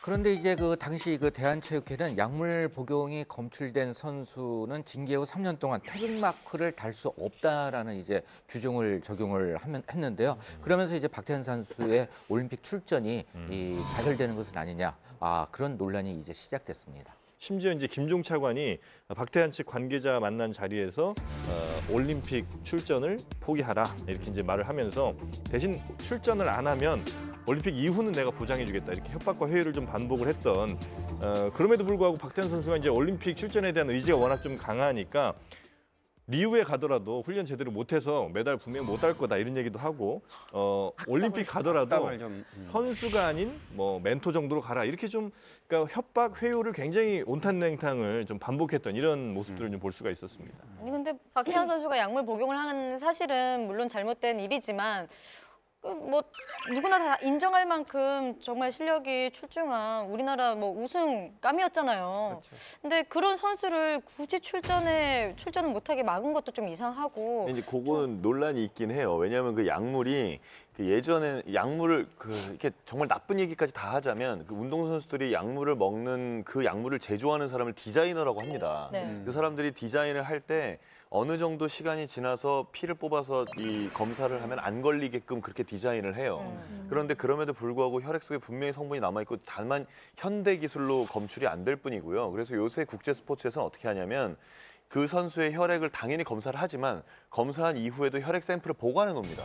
그리고 나중에 기술이 좋아졌을 때 검사를 해서 박탈합니다. 그래서 실제로 지금 전 세계 역도가 난리가 났습니다. 역도계 최고의 영웅 선수 중에 카자흐스탄 선수 하나가 있는데 그 선수의 역대 혈액 샘플을 지금 다 조사 중이에요. 이 사람이 딴 메달 전체가 박탈될 가능성이 많아졌어요. 지금 굉장히 높아졌어요. 몇 개는 이미 사실로 밝혀졌고 몇 개도 지금 검사 중인데 아마 이때도 당연히 하지 않았겠느냐라는 의혹이 있는 와중이에요. 그래서 박태환 선수가 정말 만약에 최악의 상태로 봐서 이 사람이 디자이너를 써서 약물을 하고 있었고 그 약물이 남아있는 상황이었다면 그랬다면 리우올림픽에서 메달을 땄다 하더라도 나중에 발전된 기술로 검사를 했을 때 또 박탈당할 수 있는 가능성도 있는 거죠. 그러니까 대한체육회에서는 이 3년이라는 규정, 사실 운동선수에게 3년, 전성기 3년을 못 나가게 한다면 사실 선수 은퇴하라는 얘기거든요. 그렇죠. 네. 그러니까 굉장히 강력한 규정을 둬서 이걸 막고 있었던 건데 다만 이 경우에는 좀 아예 녹취가 있지 않습니까? 넌 나가지 말아라고 하는 거. 그럼 저는 여기서 사실 박태환이 밉다라기보단 제가 드는 의문은 박태환을 굳이 못 나가게 하는 거는 왜 그럼 이것을 꼭 내보내야 되는 다른 선수가 있는 거야? 라고 그렇죠. 생각을 하게 되는 거죠. 그게 누군지는 제가 모르겠지만. 왠지 이거를 기회 삼아서 너 나가지 마 이렇게 대한체육회에서 정해준 거 같은 느낌이 드는. 근데 이제 더불어민주당의 이제 송영길 의원이 그런 주장을 이제 했는데 사실 김종 차관이 밀고 있는 다른 선수가 있다고 하기에는 국내 수영 어쨌든 대회 성적상 박태환 선수를 가름할 만한 선수가 있다고 보기 어렵기 때문에 실제 이 부분은 또 송영길 의원이 더 설명을 해야 될 부분이 있을 것 같고요. 사실 여기에 대해서 이제 형평성 논리를 들이대자고 하면은 이 약물에 대해 가지고 1년 반이라는 어쨌든 국제적인 규범이라는 것도 너무 약하다라는 얘기도 또 있기 때문에 이 부분 대한체육회에서 자체 규정을 3년으로 둔 거는 또 나름의 의미가 있는 것이고 예를 들어 지금 각종 프로 스포츠 같은 경우에는 승부 조작 이런 거 걸린 선수들 같은 경우에는 영구 자격 박탈 같은 경우도 하거든요. 그런데 승부 조작과 약물 어떤 것이 더 처벌 규정이 강행 규정이 높아야 되느냐 뭐 이런 걸 따지기 시작하면은 복잡하거든요. 박태환 선수가 정말 나가고 싶어서 국제스포츠재판소에 이의 제기를 합니다. 그래서 여기서 승소를 하죠. 그래서 리우올림픽 개최 불과 3주 전쯤에야 나갈 수 있는 티켓을 이제 확보를 하게 된 거죠. 하지만 몸은 잘 만들었다고 하지만 여러 가지 상황상 컨디션 저조로 치닫게 되면서 전 종목 예선 탈락이라는 안 좋은 성적을 거두게 되면서 많은 분들이 안타까워했죠. 씁쓸했던 게 뭐냐면 그 김종 전 차관이 만약에 정말 자기가 원하는 대로 뭐 사대학을 근절하고 뭐 그런 정말 스포츠 정신에 입각해서 얘기했더라면 이해할 수 있을 것 같아요. 근데 협박을 했다는 것 자체는 뭔가 자기 의지를 투철하기 위해서 어린 선수를 과하게 너무 한 게 아닌가라는 생각이 들어서 저는 정말 되게 화가 많이 나더라고요. 이런 얘기 거기서 박태환 씨가 만약에 마인드 컨트롤해서 메달까지 딴다면 그건 정말 그 사람이라고 뭐 진짜 할 수 없을 정도로 그 상황에서 정신적으로 얼마나 힘들었겠습니까? 그런 상황에서 뭐 경기를 해서 좋은 성적이 나올 수 있을까라는 의문이 들 정도로 그거 다 우리가 바랬던 거죠. 최순득 연예인과 문학의 블랙리스트입니다. 문화예술인이 4,110명이 포함이 돼 있다고 합니다. 정권에 대해 가지고 강하게 비판했던 사람들 이런 분들 당연히 들어가 있겠죠. 야, 걔 안 돼. 걔 내보내지 마. 지금도 어딘가에서 니들 TV 보여서 적고 있을 거다. 기자분들이 블랙리스트 작성해 주는 거 아니에요? 근데 이 블랙리스트가 이제 그 정부가 해주는 이제 그 지원 프로그램의 그 기회를 박탈하기 위해서 작성된 것이라 그래서 더욱더 충격을 던져주고 있는데 이 명단에는 이제 그 배우 송강호 씨, 백윤식 씨, 그다음에 또 김혜수 씨, 이 박해일 씨 등이 있습니다. 근데 좀 그 낯설은 이름이 등장해요. 뭐 정치적인 성향이 전혀 없을 것 같은 이제 하지원 씨가 등장해서 또 이제 관심을 끌고 있습니다. 길라임. 아니 그게 최순입니까? 아니 하지원 씨가 왜 그러죠? 아니 박근혜 대통령이 시크릿 가든의 길라임을 그 이름을 굉장히 애정한다고 저희는 알고 있는데 진짜 길라임이라서 그런 거죠. 이 세상에 길라임이 하나야죠. 하늘의 태양은 하나야죠. 어떻게 된 거니까 씨의 사랑을 받았기 때문에. 하지원 씨 역시 2012년 그 대선 당시에 문재인 후보를 지지했다라는 것 때문에 뭐 블랙리스트에 오른 것이 아니냐라는 시선인데요. 최근 영화 제작보고회가 있었어요. 이 사실에 대해서 하지원 씨는 전혀 몰랐다. 언론을 통해 알게 됐다라고 이야기했고요. 또 대한민국을 사랑하는 국민 중에 한 사람으로서 국가에 좋은 일이 생기면 기뻐하고 슬픈 일이 있으면 함께 슬퍼하는 그냥 국민일 뿐이다. 지금 나 역시 큰 슬픔을 느끼고 있다. 라면서 소신 발언도 했죠. 이 지금 하지원 건 관련해 가지고는 사실은 이제 조금 전에 얘기했잖아요. 뭐 정우성 씨라든가 송강호, 백윤식 씨 이런 분들은 분명하게 어떤 자기 입장이나 소신을 밝힌 적이 있기 때문에 그렇게 이해는 하고 있습니다. 이제 많은 분들이. 근데 이 블랙리스트에 올라와 있는 연예인 특히 명단은 상당 부분이 허수가 좀 껴 있다는 거예요. 이 하지원 씨 같은 경우는 작년에 그 문체부가 주관하는 한복 홍보대사도 참여한 적이 있습니다. 그래서 박 대통령 직접 담소도 나누고 청와대도 방문했고 이랬기 때문에 이 문재인 지지를 해서 이 명단에 올랐다는 거는 앞뒤가 안 맞는다. 그러니까 많은 사람들이 그런 얘기를 했고요. 그래서 그런 부분을 제가 좀 취재를 해봤더니 하지원 씨 전 소속사라든가 현 소속사는 아예 모르는 거 당시에 2014년에 그런 일이 있었는지 잘 모르겠다. 그리고 이전 소속사도 하지원은 여든 야든 누구도 지지하거나 한 적이 없다 이렇게 얘기했습니다. 그래서 그 하지원 씨 같은 경우는 아마도 그 블랙리스트로 만들어놓은 그 명단에 허수 중에 하나일 가능성이 있다 이렇게 좀 보는 거죠. 그러니까 이게 이 명단이 좀 의아한 건 뭐냐면 사실 차은택 감독이 이번에 굉장히 많이 언급되는데 차은택 감독 같은 경우도 2012년, 13년, 14년 거치면서 그 당시에 뭐 야권 후보를 지지하기도 했고 그 이후에도 보면 세월호 참사에 대해 가지고 정부 비판적인 걸 올리기도 했고 아니면 국사 교과서에 대해 가지고도 어쨌든 그 당시 교학서 교과서를 비판하는 등 뭐 정부의 성향과 맞지 않는 행동을 보였는데 이 사람은 오히려 정권을 승승장구를 했거든요. 그러니까 이 리스트 자체가 상당 부분이 좀 검증해봐야 되는 리스트이긴 합니다. 끼월 팔기를 좀 했다는 사람들이 좀 있죠.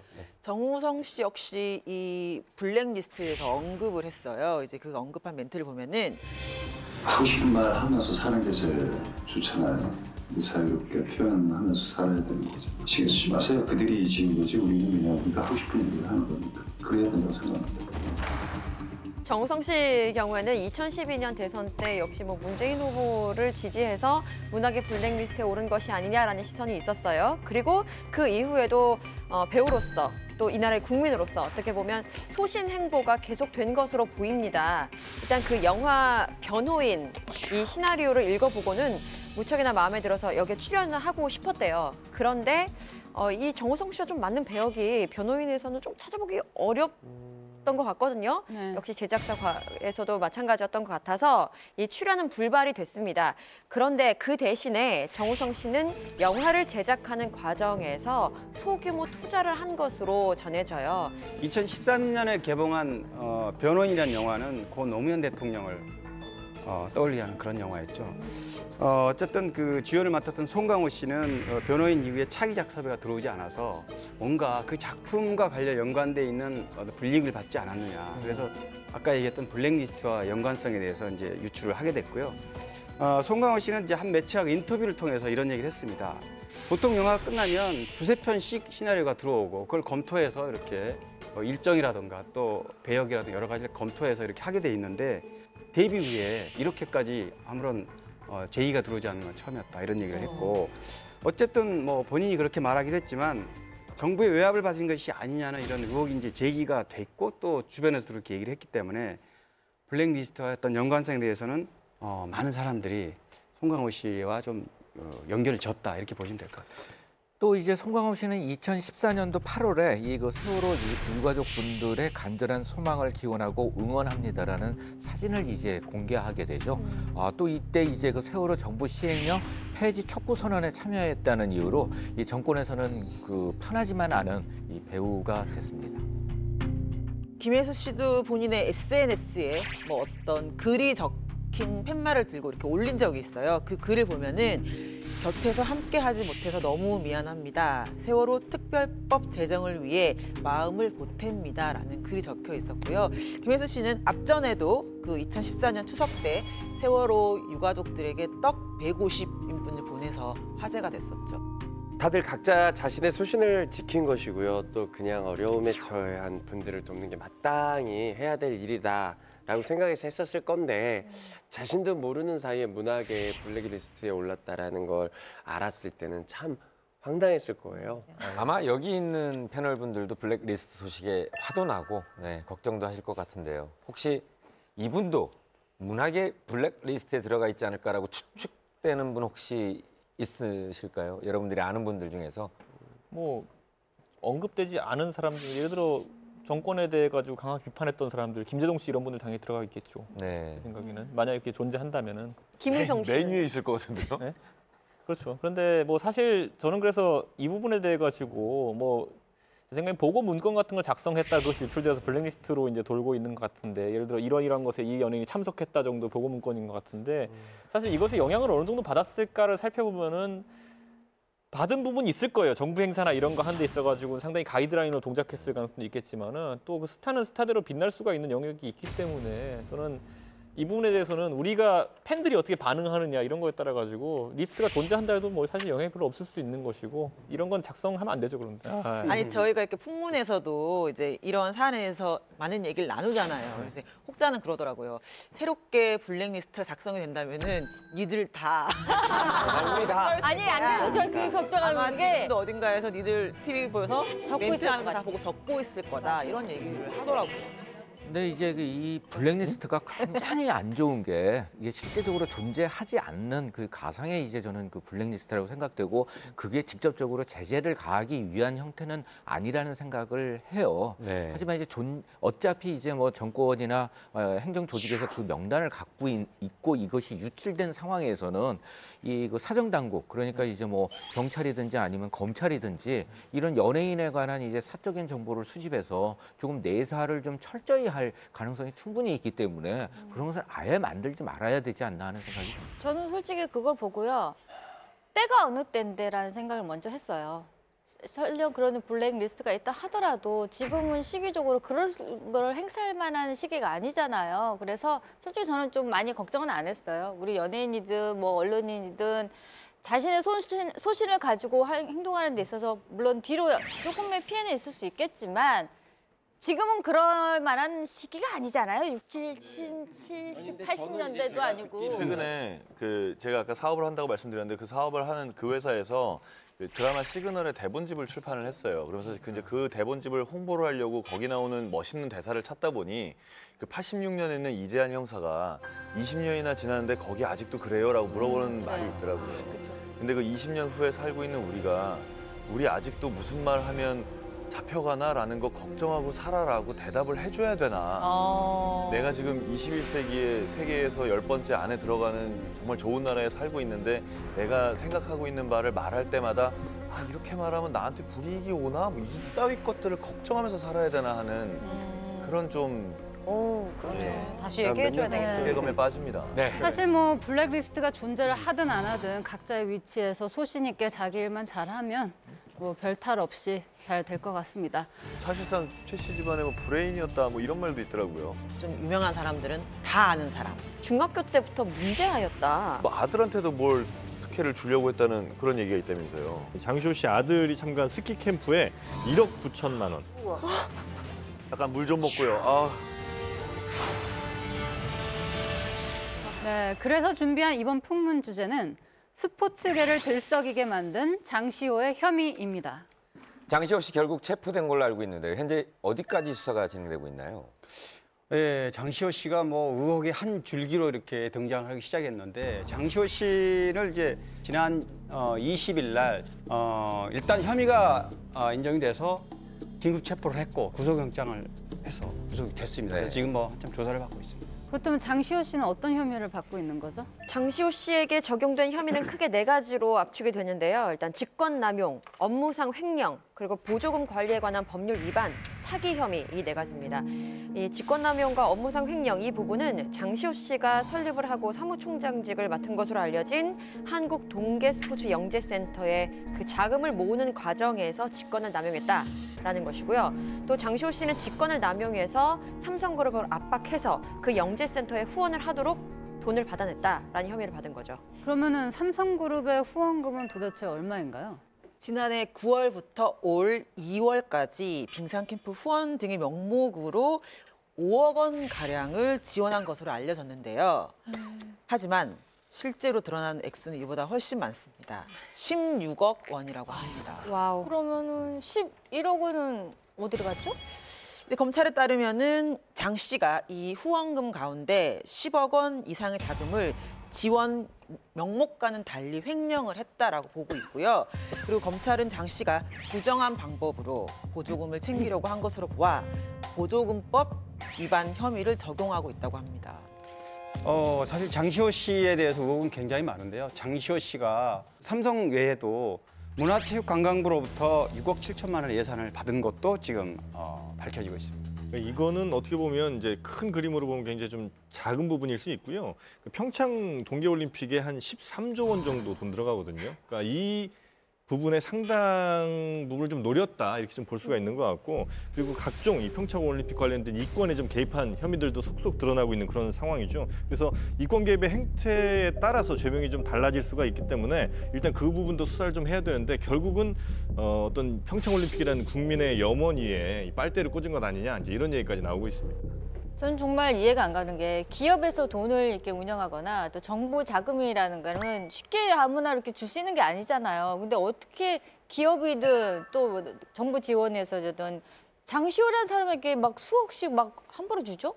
그러니까 이게 따지고 보면은 결국엔 장시호 씨의 모든 그 범죄 행위에 관한 부분은 김종 차관이 결국 껴있는 거죠. 아까 말씀드렸듯이 문화체육관광부, 문화체육관광을 다 하지만은 체육이 원래 이 차관이 담당하는 영역이고 김종 차관의 영역이기 때문에 사실상 웬만한 이권은 다 넘길 수 있는 위치에 그렇게 있었다는 거죠. 근데 김종 전 차관이 아까 뭐 말씀했듯이 스포츠계의 4대학 척결에 앞장섰다고 말씀을 하셨는데, 박태환 선수 이렇게 해외한 것 자체가 척결이라는 얘기잖아요.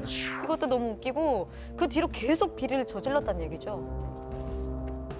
그렇다면 이 두 사람은 어떻게 만나게 됐을까요? 네, 그 김종 전 차관과 같은 경우에는 이제 그 구속 당하기 전에 그 일부 언론과의 인터뷰를 가지면서 자신과 이제 그 최순실 씨를 소개시켜 준 사람이 당시 이제 김기춘 비서실장이었다, 이렇게 이야기를 하고 있습니다만, 김기춘 비서실장은 이 부분에 대해서 강하게 이제 그 부인을 하고 있는 상황입니다. 하지만 이제 검찰에 따르면 최순실 씨의 이제 이른바 카페 테스타로사라는 곳인데, 이곳이 이제 비밀 사무실이었죠. 이곳에서 이제 그 김종 차관과 그다음에 또 이제 그 장시호 씨, 그다음에 또 최순실 씨가 목격되었던 것으로 확인이 됐습니다. 네. 김종 차관은 그 과정에서 최순실 씨의 조카인 장시호 씨와 만난 것으로 알려져 있었고, 거기서 친분을 쌓아서 그 이후에 두 사람은 한 달에 2번씩 개별적인 만남을 가졌다고 합니다. 근데 한 달에 2번씩이나 그걸 왜 만난대요? 그러니까 사귀는 사이도 아니고 정기적으로 계속 만났네요.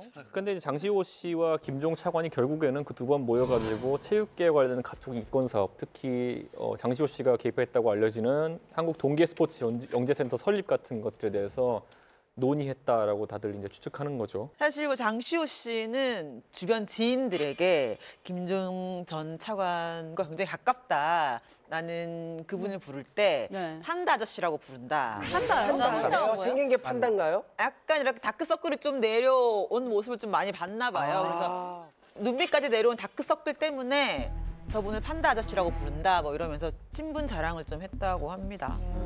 이 부분에 대해서는 조금 이제 역학관계에 대해서 일반인들이 아는 내용과 이제 그 제가 그 측근들을 취재한 내용과는 조금 사뭇 좀 차이점이 있는데, 여기서 이제 판다 아저씨라고 불렀다는 부분 역시 조금 잘못된 부분이 있어요. 그 장시호 씨 같은 경우에 이제 그 주변 사람들에게 판다 아저씨가 한다 또 이렇게 이야기를 한 것으로 봐서는 역학관계상 뭐 장시호 씨가 이 김종 차관에게 무슨 그 이 구체적인 일들을 이렇게 얘기해가지고 편법으로 받아내거나 이런 형태가 아니라, 어떻게 보면 그 최순실 씨가 이 김종 차관 보고 어떤 사업과 관련해서 진두지휘를 하라는 했고, 그러면서 이제 이 부분에 대해서 조금 강압적인 부분이 있으니까 장시호 씨가 이제 그렇게 좀 불만스러운 목소리를 주변 사람들한테 낸 것으로 보입니다. 이제 장시호 씨 입장에서는 김종 전 차관이 결국 이제 최순실이나 최순득 씨가 이야기하면 그 사람은 할 수밖에 없는 거고, 그래서 그 김종 전 차관 같은 경우는 이 최 씨 가문의 어떤 그 수단이었을 뿐이지, 그 차관이라는 자리가 대단히 뭐 높이 올라가서 어떤 권한을 막 행사할 수 있는 그런 자리가 아니었던 것 같아요. 그래서 또 판다라고 부른 여러 가지 이유 중에 하나는, 여러 사람들이 있는 곳에서 김종 차관이 뭐 김종 씨가 이렇게 얘기하면 혹시라도 나중에 어떤 일이 생길 수도 있기 때문에 그 은어처럼 이게 둘 사이를 부르는 어떤 호칭처럼 이렇게 판다라는 호칭을 썼다는 거죠. 지금 들어보니까 최순실 게이트에 연루된 인물들은 거진 다 별명을 진짜 범죄 용어처럼 사용했던 것 같아요. 그 어느 기사에서 보니까 그 박 대통령은 최순실 씨를 최 선생님이라고 불렀다고 하더라고요. 이 내용이 이름을 안 내고. 네, 이 내용이 알려지면서 굉장히 많은 사람들이 좀 충격을 받았던 것 같아요. 이 내용 어떻게 알려졌느냐? 정호성 전 청와대 제1부속 비서관의 휴대전화를 뭐 좀 살펴보니까 이런 내용이 나왔다라고 하는데 박 대통령이 최 선생님께 컨펌했는지 묻는 문자를 보냈다고 하죠. 굉장히 놀랄 만한 문자였어요. 또 정호성 전 비서관이 최 씨에게 예 선생님이라고 답한 통화 내용도 담겨 있으면서 많은 분들이 정말 믿을 수 없었죠. 그렇죠. 이 뭐 컴펌이란 단어 쓴다는 것 자체가 정말 놀랍네요. 이거는 스케줄이 딱 그렇게 잡혔으면 야 회사 대표님한테 컨펌 받았어? 뭐 이런 느낌인데 나온 얘기죠. 컨펌이라는 단어를 대통령이 그러니까. 그 지금 나온 얘기만 봐도 누가 갑이고 누가 을인지 금방 알 수 있잖아요. 야, 박 대통령은 최순실 씨를 이렇게 존중을 했는데 뭐 최근 뉴스 나온 거 보면 최순실 씨는 뭐 지가 아직도 공주인 줄 알아 뭐 이랬다는 거 아닙니까? 그러니까 둘의 역학관계가 확실히 대통령과 그냥 도와주던 사람이 아닐 수도 있다는 그런 뉴스가 있었어요? 네, 신기하다. 그 몇 가지 호칭 더 좀 살펴보니까 안종범 전 수석 같은 경우는 그 최순실 씨를 최 여사 이렇게 이제 표기를 했고요. 또 최순실 씨의 최측근이었던 그 고영태 씨 호스트 출신이었던 이 사람은 조카였다고 합니다. 그래서 최순실 씨가 그 강남 차움 의원 쪽에 등록을 할 때도 자신의 조카라고 이 고 씨를 또 소개를 했다는 거예요. 그러니까 이들의 어떤 뭐 가족 같은 관계들 또 호칭들이 굉장히 좀 복잡하면서도 이들을 좀 알 수 있는 부분이 되기도 합니다. 근데 뭐 사실 최순실 씨가 뭐 조카 장시호 씨에게 의지했다 이런 기사도 있던데 뭐 사실상 최 씨 집안의 뭐 브레인이었다 뭐 이런 말도 있더라고요. 맞아요. 뭐 장시호 씨는 박근혜 대통령과 친분을 좀 자랑하기도 했죠. 어릴 때부터 그네 이모라고 불렀다고 합니다. 뿐만 아니고 주변 사람들에게 그네 이모가 우리 엄마랑 동갑이어서 그냥 엄마 같다, 뭐 엄마 품 같다라는 얘기를 했을 정도로 두 사람 사이가 좀 아역한 사이이긴 한 것 같아요. 또 주진우 기자가 자신의 SNS에 올린 글을 좀 살펴보면 박근혜 대통령이 이제 대통령에 당선이 되고 난 다음에 장시호 씨의 아들이 자신의 학교에 가서 할머니가 대통령 되셨다라고 이야기를 하는 바람에 학교가 한번 확 뒤집어졌다고 해요. 그래서 이 장시호 씨의 어머니죠. 최순득 씨가 청와대 그 봉황 마크가 달린 문구 세트를 가져가서 아이들에게 이제 나눠주면서 그게 마무리가 됐다라는 이야기가 올라온 바가 있습니다. 그런 게 다 있어요? 정말요? 그러니까 실제적으로 이 박근혜 대통령과 이 최순득 그다음에 또 최순실 씨 이 가족들 간의 관계는 거의 뭐 가족과 같은 관계이지 않았나 하는 생각이 들어요. 그리고 실제적으로 뭐 최순득 씨랑 박근혜 대통령이랑 더 친했다. 뭐 최순실 씨와 이제 박근혜 대통령이 더 친했다. 뭐 또 장시호를 너무 아꼈다. 뭐 이런 뭐 누구의 그 뭐 더 친한 정도가 나오는 게 아니라 가족 전체가 다 친하지 않았나 하는 생각이 들어요. 그래서 2006년도에 이제 박근혜 대통령이 한나라당 그 대표로서 유세 도중에 괴한에게 이제 문구용 칼로 이제 피습을 당하잖아요. 그때 이제 이 최순득 씨 집에서 이제 요양을 하게 되는데 그때 간호를 했고 그다음에 또 아직까지도 지금 이 대통령의 이 상처가 남아 있을 정도로 큰 상처였는데 피습을 당한 이후 2주 후에 장시호 씨가 에스모 국내 유명 호텔에서 결혼식을 하는데 그 자리에도 이제 박근혜 대통령이 참석을 한 것으로 봐서는 굉장히 친밀한 관계였던 것으로 보여집니다. 맞아요. 그 박근혜 대통령 같은 경우에는 장시호 씨 오빠의 결혼식도 참석했다고 합니다. 굉장히 좀 친한 사이죠. 또 장시호 씨가 지인들에게 늘 버릇처럼 한 얘기가 박 대통령이 퇴임을 하면 함께 제주도 가서 뭐 이런 재단을 하나 만들어 놓고 함께 살 것이다. 뭐 이런 얘기를 입버릇처럼 자랑했다고 합니다. 이게 왜 특별하냐면 아까 이제 신동욱 총재 같은 경우에는 결혼식을 이제 박근영 씨랑 하면서 박근혜 대통령에게 뭐 3일 전에 가서 뭐 며칠 전에 초청장도 주고 했는데 결국 불참했거든요. 그러니까 결국에는 본인의 여동생의 결혼식에는 가지 않았었는데 장시호, 장승호 씨 결혼식에 갔다는 것 때문에 여동생보다 오히려 가까운 존재였나라는 거에 대해 가지고 이제 사람들이 의문을 갖는 거죠. 네, 그리고 장시호 씨가 또 박근혜 대통령에게 아주 특별한 선물을 줬다는 얘기가 있어요. 이제 대포폰인 거죠. 2014년 2월부터 사실 정부에서는요 대포와의 전쟁을 벌였습니다. 그래서 대포폰, 대포차, 그다음에 대포 통장, 보이스피싱이라든지 인터넷 사기 이런 거에 워낙 피해들이 컸기 때문에 어떤 뭐 범죄의 핵심 수단이 되는 이런 것들을 좀 강력하게 단속하겠다. 그래서 2014년 2월부터 대포와의 전쟁을 벌였는데 그래서 결국 뭐 검찰이라든지 뭐 미래창조과학부 금융위원회 이런 데에서도 아주 집중 단속을 했거든요. 그런데 결국 알고 보니까 그 핵심 멤버들은 여전히 잘 쓰고 있었고 나머지 대포들만 이렇게 단속을 좀 했던 이런 상황이 된 거죠. 그런데 김대우 기자님께서 단독으로 장시호 씨의 대포폰 통화 내역을 입수하셨다면서요? 그거 어떻게 입수해? 한 번이라도 통화한 사람들이 약 2,500명 정도가 돼요. 그 안에 우리가 알고 있는 스포츠단의 사람이 있다는 거죠? 장시호 씨는 도대체 어디에 전화를 건 건가요? 대포폰으로. 가장 많이 통화한 사람이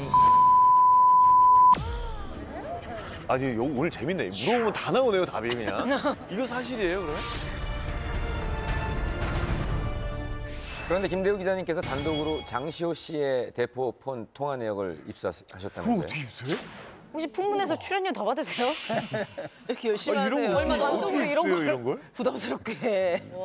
그 얘기를 들어보시면은 좀 그 이런 사건에 제가 연루될 거라고는 저도 상상을 이야. 하지 못했던 상황인데 네. 그 때는 이제 지난 4월 달로 올라가게 됩니다. 근데 이제 한 그 지인으로부터 좀 그 상담을 받아요. 그래서 자신이 어떤 회사에 근무하게 되는데 그 회사 대표의 요구에 따라서 핸드폰을 개통을 해줬는데 퇴사를 하면서 그 핸드폰 요금을 내지 않아가지고 자신이 200여만 원의 그 요금 체불이 일어나서 신용불량자가 됐다라고 하는 이제 그 상담을 받으면서 제가 이제 쓰지 않았던 기간 동안에 통화 기록을 확보해 놔라고 했는데 그것이 저한테 입수가 되어졌던 거죠. 근데 이제 그때 당시에 그 전화번호와 그다음에 또 이제 통화 발신지들이 다 표기가 되는데 그 눈에 띄는 게 이제 그 청창 지역, 그다음에 제주도, 신사동 뭐 이런 지역들이 눈에 띄었었는데 혹시 하는 생각에 전화를 해서 이 폰을 사용했던 사람이 장시호 씨가 아니냐 했더니 맞다고 이야기를 했던 것입니다. 여기에는 이제 그 발신 시각, 그다음에 또 상대 전화번호, 그다음에 또 이제 그 발신 지역이 표기가 돼 있는데요. 뭐 그 장시호 씨의 일련의 행동 패턴에 대해서 분석이 가능하고 그러한 목록을 정리해 보니까 상당수가 이제 그 이번 그 영재 캠프나 그 최순실 씨 뭐 이런 그 관계자들과 통화한 게 흔적이 등장을 했습니다. 최순실 씨도 그러면 박 대통령이랑 이 대포폰으로 통화를 하고 그랬던 거예요? 실제적으로 이제 그 한 보도 채널에서 보도했던 해서 문제가 됐던 거 있죠. 비서관이 이제 그 최순실 씨에게 닦아줬던 그 폰도 역시 같은 기종이기 때문에 통화가 충분히 이루어지지 않았을까 하는 추측이 있는데 아직까지는 검찰에서 조사 발표를 하죠. 그러면은 장시호 씨는 도대체 어디에 전화를 건 건가요? 대포폰으로. 이 부분이 이제 그 조금 그 핵심적인 부분으로 담기는데 이 삼성 관계자들이 장시호 씨를 모르는 상태에서 영재 캠프에 그 돈을 줬다 이렇게 주장을 했지만 이제 이 통화 기록상에도 이제 삼성 관계자가 통화한 기록이 나왔기 때문에 장시호 씨는 이제 그 삼성과의 관계가 증명이 되어졌다고 할 수 있겠죠. 근데 특이할 만한 점은 이제 그 최순실 씨가 다녔다고 문제가 됐던 이제 그 찜질방 그리고 이제 국내 이제 서울 지역에서 유명한 찜질방들을 상당수 많이 다녔고 그다음에 또 특이할 만한 점은 또 점집에 관한 전화번호들이 좀 많이 발견이 됐다는. 상대방도 만약에 대포폰을 쓰면 그 상대방이 누군지를 모를 수도 있지 않습니까? 실제로 통화한 사람이 누군지 모를 수 있죠. 실제로 이제 그 굉장히 많은 사람들과 그 이걸 갖다 종합해 보면 한 번이라도 통화한 사람들이 약 2,500명 정도가 돼요. 2,500명 정도가 되는데 이것을 다 분류해서 지금 그 일부 이제 그 전화번호들을 확인했는데 지금은 이제 결번인 상태들의 전화번호들이 상당히 나타나고 있거든요. 이 부분과 같은 경우는 결국은 여러 대의 대포폰이 활용됐다고 봐야죠. 그리고 제가 듣기로는 굉장히 그 발신 지역이 특이한 동네라고 나왔어요. 특이한 지역이 한 군데 등장하는데요. 바로 이제 그 아무도 이 서울에 살면서도 들어보지 못했던 지역이 나오는데요. 네. 이 강서구 과해동이라는 곳이 등장을 합니다. 뭔 동이요? 과해동. 뭐가 과하죠? 저는 광서. 에이 정말 광서구란다. 정보가 너무 과하지 않아요? 이 부분을 이 검색을 하면은 등장을 하는데 일반 사람들은 잘 모르는 지역이에요. 바로 이제 김포공항이 위치하고 있는 행정구역이거든요. 근데 이 부분에서 그 전파가 그 수신이 되고 발신이 되기 위해서는 이 그 활주로에 비행기가 착륙하기 직전에 이제 그 시그널이 하나만 들어올 때도 이제 전화가 되면 거는 지역이 이제 바로 과해등으로 찍힌다고 그럽니다. 그래서 그 장시호 씨 같은 경우에 주변 사람들 이야기를 들어보면 굉장히 성격이 굉장히 급한 것으로 알려져 있거든요. 그런데 이 부분 같은 경우에 뭐 다른 사람들은 다 착륙 이후에 이제 뭐 통화를 하게 되는데 이 장시호 씨 같은 경우에는 비행기가 활주로에 거의 내려올 무렵부터 이제 통화가 이루어진 것으로 근데 비행기 굉장히 성격이 급한 것으로 보입니다. 근데 그거 원래 항공법 위반 아니에요? 위반 뭐 이제까지 다 위반했는데 그거 하나 뭐. 이거는 귀엽네요. 가장 작은 위반이 아닐까요? 이것만 도착해서 신문이 떠서 전화를 아니 이거 하나 지킨다고. 그러니까 그러네 잘못했네. 그러면 장시호 씨가 제일 많이 통화한 사람이 누군가요? 아까도 말씀드렸듯이 이제 장시호 씨가 여러 가지 유령 회사를 만들어서 이런저런 어떤 그 뭐 문체부 그 외에 어떤 압력을 넣어서 그 자금이 흘러내려오도록 이렇게 했다고 지금 알려져 있는데 최순실 씨가 세운 것으로 알려져 있는 코어플랜 이 등기사 김정산 씨라고 이분이 이제 가장 많은 통화 기록이 나왔는데 한 달 동안 무려 291번이나 이렇게 통화를 한 걸로 봐서 이 사람과 굉장히 밀접한 관계가 있다. 하루에 10통 봐야 되겠네요. 그렇죠. 그러니까 하루에 10통 할 정도면 누구랑 남자친구랑도 그렇게 많이 통화 안 하지 않아요? 그렇게 전화하면은 헤어지자고 하겠죠. 그럼요. 하루에 10번 전화하는 여자랑 못 만납니다. 그리고 또 이 밖에도 최순실 씨의 최측근인 자금관리 담당이에요. 엄슬기 씨와 통화한 것도 있고 강남 아지트로 알려진 테스타로사 그 카페 실장인 이모 씨와도 지속적으로 연락한 것으로 드러났고 또 이 밖에 차은택 씨 그리고 스피드 스케이팅 선수 출신인 그 이규혁 씨도 있고요. 삼성 실무진인 강목 과장도 이 장 씨의 통화 목록에 존재하는 것으로 나타났다고 하네요. 그런데 이런 장시호 씨의 특혜가 비단 최근에만 있었던 게 아니라면서요? 연예계에도 아는 사람이 많다고 들었습니다. 장시호 씨는 대체 어느 사람인가요? 어떤 사람인가요, 기자님들? 제 주변에도 뭐 장시호 씨에 대한 얘기를 하는 연예인 한두 명을 뭐 저도 보긴 했는데. 장시호 씨 하면 최순실 씨의 언니인 최순득 씨의 딸로 많이 알고 계시죠. 일남 일녀 중 둘째고요. 1979년에 태어나서 올해 38이라고 하네요. 위로는 오빠 장승호 씨가 있습니다.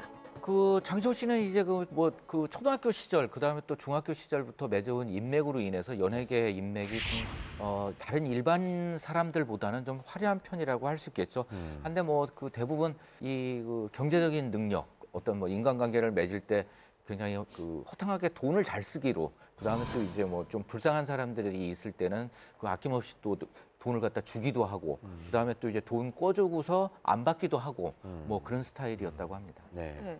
또 다른 매체에 의하면 이 장시호 씨가 중학교 때부터 문제아였다라는 이야기가 있네요. 소위 일진 짓을 하면서 친구들을 괴롭혔다고 하는데 뭐 친구들 머리카락에 껌을 붙이는 경우도 있었고 또 어떤 오빠들이 쟤 좀 귀엽다라고 하면 그 여자를 일방적으로 괴롭히기도 하고 그게 쉽게 말하면 요즘 그 문제 많이 되는 학교 폭력이잖아요. 특히나 배경이 있는 학생이면은 그건 뭐 어떻게 할 수가 없지 않아요? 솔직히? 그 피해 학생 부모님들이 이제 학교 폭력으로 학교에 항의를 해도 결국에는 이 장시호 씨의 집안 배경 때문인지 몰라도 이 친구들이 오히려 학교를 그만두고 유학을 가는 뭐 이런 사례가 피해 학생이? 예, 이런 사례가 좀 빈번했다고 하네요.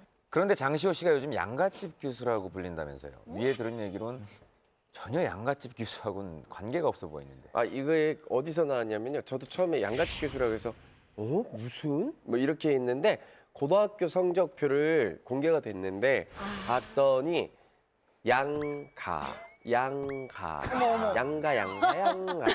이렇게 돼 있어서 별명이 붙었졌다고 합니다. 양이 그렇게 많지 않아요.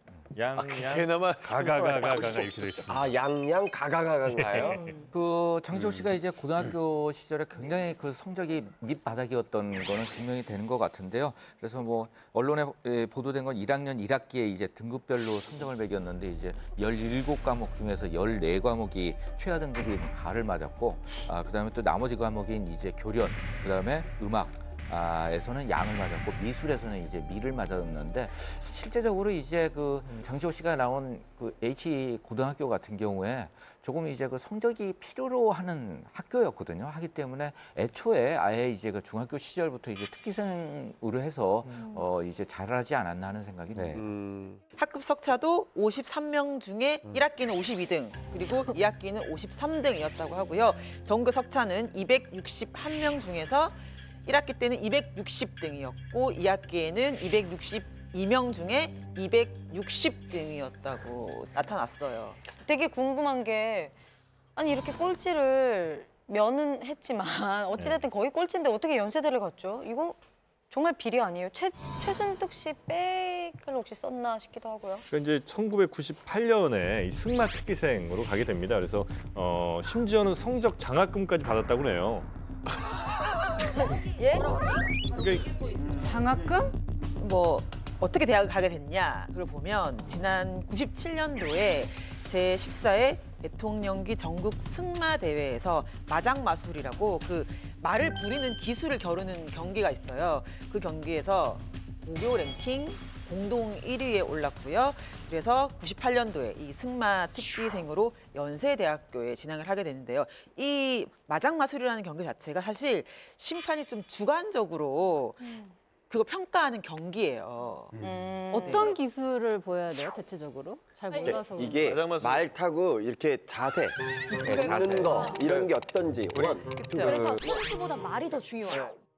연세대를 어떻게 진학했느냐 관련해서는 그 국민의당 송기석 의원이 제출받은 자료가 있습니다. 그러니까 이제 입시 3학년 때 고등학교 3학년 때는 1996년과 7년에는 입시 요강에 연세대 입시 요강에 특기생 선발 종목이 축구, 야구, 농구, 빙구, 아이스하키죠. 그다음에 뭐 럭비 이렇게 이제 되게 5개 종목이 이제 단체 선발 종목에만 있었는데 이 누구죠? 장시호 씨가 입학할 때쯤 98년에는 기타 항목이 추가됐다는 거죠. 그래서 그 기타 항목으로 이제 승마로 입학을 했으니까 이게 뭔가 좀 이때 뭔가 의혹이 있다. 그래서 연대 측도 그런 논란에 대해서 얘기를 합니다. 장시호 씨 이전인 뭐 91년, 93년, 95년 등에도 개인 종목 그 체육특기생을 선발한 적이 있다라면서 송 의원의 주장은 사실 무근이다라는 얘기를 했었죠. 이게 최순실 씨의 딸 정유라 씨의 이화여대 특혜 논란이랑 좀 비슷한 상황 같은데 고등학교 때 되게 낮았잖아요. 학업 능력과 성적들이 낮았는데도 불구하고 4년 뒤에 잘 졸업을 했단 말이죠. 이런 것 또한 다 조사를 해야 될 것 같다라는 생각이 드네요. 근데 게다가 뭐 또 아들한테도 뭘 특혜를 주려고 했다는 그런 얘기가 있다면서요. 좀 나중에 지금 문제가 되고 있는 한국 동계 스포츠 영재센터라는 걸 장시호 씨가 이제 만들었잖아요. 본인이 이제 사무총장으로 있으면서 자신의 아들을 영재로 선발하는데 그 장학금을 거기로 줘서 이사 추천 형태로 영재로 선발하려고 했다. 이런 의혹이 지금 나온 거죠. 아니 근데 저기 막 듣기만 해도 이게 도대체 뭔가 싶은데 한국 동계 스포츠 영재센터는 도대체 뭐 하는 기관입니까? 그러니까 이게 한국 동계 스포츠 영재 센터라는 데가 지난해 6월에 이제 만들어졌는데 빙상 또 설상 종목 뭐 스키 같은 것들 있죠. 이런 종목의 유소년 선수들을 육성하는 게 일단 목적이고요. 또 은퇴한 선수들이 마땅한 일자리가 없을 때 또 이 지도자 등으로 이제 일자리 창출한 이런 좋은 목적으로 만들어지긴 했어요. 그리고 2018년에 그 평창 동계 올림픽을 앞두고 동계 스포츠의 어떤 붐 조성 같은 것도 한다. 이렇게 목적 자체만 보면 굉장히 좀 바람직한 이런 단체로 문제는 장시호 씨 주도하에 설립이 됐다는 거죠. 네. 목적은 참 좋네요. 그렇습니다. 목적은 좋습니다. 하지만 이 영재 양성보다는 평창 올림픽과 관련된 이권 사업을 좀 따내기 위한 유령 재단이다라는 의혹을 받고 있는 건데요. 이 재단을 국비로 무려 7억 원을 받습니다. 그런데 거기서 1억 원 가량만 재단 운영에 썼다고 해요. 그리고 6억은 장시호 씨 본인이 꿀꺽한 것이 아니냐. 라는 의혹을 받고 있는 거죠. 자, 이름도 거창하죠. 그 한국 동계 스포츠 영재센터가 지금 현재 각종 비리 의혹에 때문에 지금 수사 중인데 이제 그런데 이 센터가 알고 보니 장시호 씨 아들을 스포츠 영재로 키우기 위해서 급조한 만든 센터다. 뭐 이런 의혹이 소문이 있습니다. 저는 이걸 보면서 사실 이 장시호 씨 같은 경우에 아들을 이렇게 보낸 것 같은 경우에는 만약에 진짜 왜냐면 스키는 또 기록 경기가 될 수 있는 부분이잖아요. 그렇죠. 그러다 보니까 이거는 진짜 돈을 어떻게 하기 위해서 한 영향성이 크고 나중에 뭐 이게 진짜 영재로 키우려고 해서 말 태웠겠죠. 여기도 보면. 아니, 제가 볼 때는 그런 거 있잖아요. 내 아이의 재능이 있든 없든 그냥 내가 하고 싶은 대로 하는 거야. 뭐 이런 느낌이 제가 볼 때는 최순실 씨나 장시호 씨나 닮아있다는 얘기를 많이 하잖아요.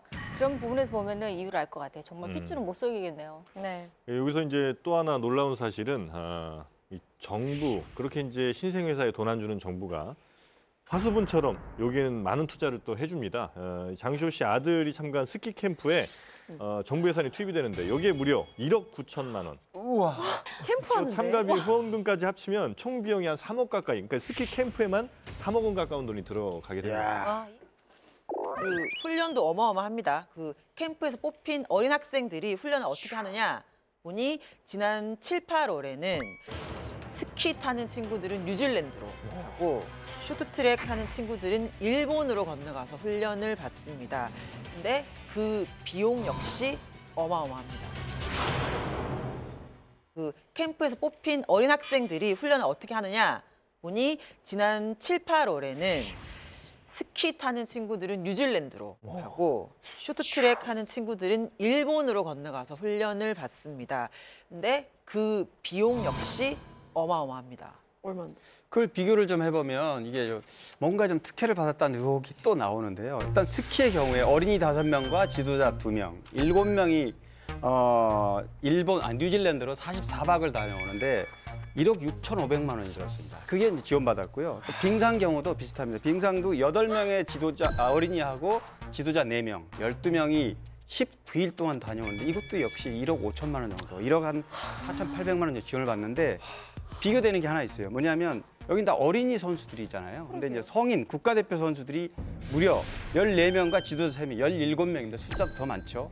그리고 기간도 40박이고 이렇게 해서 뉴질랜드로 장기 훈련을 갔는데 이거는 1억 5,500입니다. 그러니까 그 날짜나 기간 또 성인과 어린이를 비교한다면 거의 한 2배 가까이 차이가 난다. 국가대표에 투자하는 돈과 그러니까 제가 정부 돈이라는 건 한정된 예산을 제일 어디다 중요한지를 생각해서 나눠서 써야 되는 그런 문제가 있는 건데 여기서 지금 현재 국가대표와 미래 유소년도 굉장히 중요합니다. 그렇죠. 근데 현재 국가대표와 미래 유소년 중에 어느 쪽에 좀 더 써야 되느냐에서 여기서 이제 유소년 쪽에 좀 더 많이 쓴 거잖아요.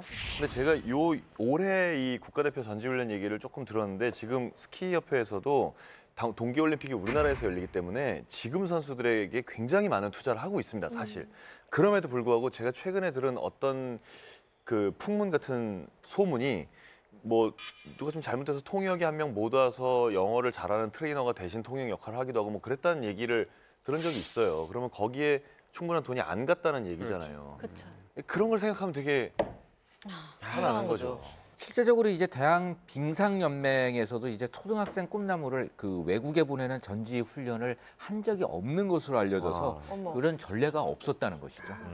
게다가 전례도 없었대. 헐. 너무한다 진짜.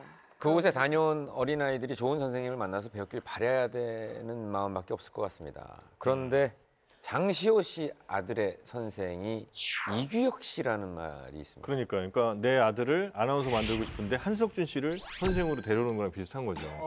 최고의 약한데였죠? 우리나라 스피드 스케이팅의 뭐 영웅이잖아요, 사실은 이규혁 선수. 지금은 뭐 스포츠 토토 빙상단 감독을 하기도 있는데 장 씨 같은 경우에 한국 동계 스포츠 영재센터를 건립하기 전부터 물론 이제 개인적인 친분도 좀 있다고 해요. 이 이규혁 감독을 만나서 내 아들 좀 잘 지도해달라 이렇게 이제 부탁을 한 걸로 알려지고 있습니다. 근데 유기혁 씨는 처음에는 뭐 장 씨를 전혀 모른다라고 얘기하면서 다른 단체에 연결된 인물 아니에요? 라고 또 발뺌을 좀 하셨죠. 그랬다가 나중에 그 중학교 선후배라고 다시 얘기하긴 했어요. 그렇게 말을 하는 바람에 말을 바꾸는 바람에 그 이규혁 씨의 신뢰도 좀 많이 떨어졌죠. 왜냐하면 장시호 씨가 이뤘던 그 페이퍼 컴퍼니를 여러 개 만들면서 이규혁 씨가 얼굴 간판을 내세운 게 이 업계 파닥에 알려져 있었거든요. 그때까지. 그런데 이규혁 씨가 전혀 모른다 이렇게 해버리는 바람에 그리고 금방 또 밝혀졌잖아요. 네. 그래서 지금 뭐 어쨌든 이규혁 씨뿐이 아니라 또 뭐 K모라는 또 뭐 동계 스포츠 스타하고도 또 이런 뭐 연관관계도 있고 그래서 그런 것들은 뭐 차츰 얘기가 나오겠죠. 굉장히 친밀한. 굉장히 친밀한 관계였기 때문에요. 그 부분에 대해서는 그 옆에 있는 여자분이 누굽니까? 장시호 씨. 저분이 장시호 씨예요. 네, 저게 SNS에 올라오는 사진인데 글을 보면요. 20년 동안 변치 않은, 그리고 하트가 보이네요. 이렇게 우정으로라고 하면서 올리기도 했고, 이젠 아들의 스승이자 든든한 삼촌으로라는 글도 보이고요. 곁에 있어주는 사람이 있어서 행복하다라는 글을 게재해서 이 이규혁 씨와 좀 남다른 친분이라는 것을 SNS를 통해서 공개를 했죠. 야, 이거 모른다고 할 수가 없었겠네.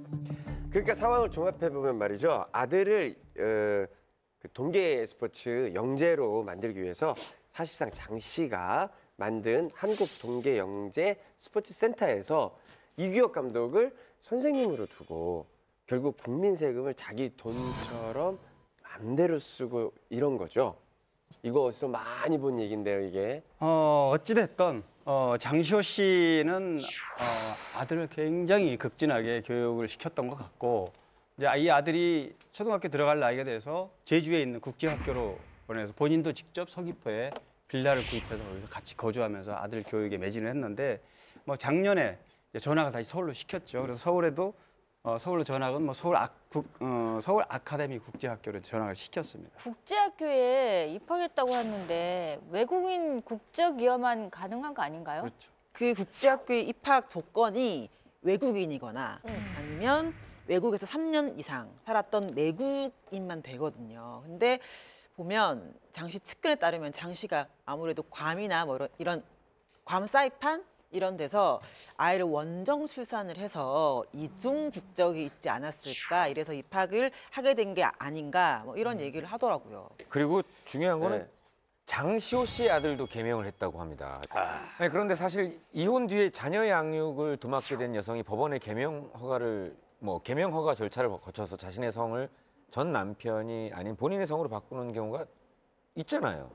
아니 저는 그냥 제가 해봤던 노력을 해봤으니까 이게 굉장히 힘들다는 거, 사유 그런 거는 사회적으로 이게 왜 필요한지. 저희 큰애 같은 경우는 동생이 태어났기 때문에 성이 각자 틀리잖아요. 그래서 오는 이제 사회적으로 이제 좀 약간 괴리감이 있을 수도 있고, 또 가족이 한번 그런 경우가 있어요. 해외를 나갔는데 보통 해외에서는 이제 딸이라고 했을 때 왜 가족이 전부 다 성이 다른지를 물어본 적이 있더라고요. 그래서 약간의 거기서 좀 있기도 했고, 그런 부분들을 어필을 해서 설명을 했기 때문에 판결이 났는데, 이 사람들은 정말 사는데 불편함도 없는 사람이고 뭐든지 해내는 사람인데 어떤 핑계를 대서 바꿨을까? 아니면 정말 특혜가 있으니까 마음껏 패스 이랬는지, 저는 이제 그게 궁금하기도 하죠. 그런데 어쨌든 최 씨 일가에 보면 일정한 패턴이 있는 건 맞아요. 왜냐하면 정유라 씨가 이화여대 입학하고 나서 그다음에 이제 아들을 출산했고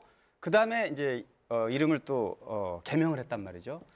그리고 K스포츠재단을 이제 설립을 한 해가 이제 올 1월인데 장시호 씨 아들은, 그러니까 장 씨는 아들과 제주에 살면서 학교를 다니다가 서울로 작년에 와가지고 서울 아카데미 국제학교로 전학을 시킨 그 무렵에 이제 이름을 개명한 걸로 지금 돼 있습니다. 그래서 그리고 나서 또 한국 동계 스포츠 영재센터를 만들어서 어떤 그 영재로 만들려고 했다는 이런 정황들을 보면 일정한 패턴이 있다, 이렇게 보시면 됩니다. 뭔가 새로 시작할 때. 패턴으로.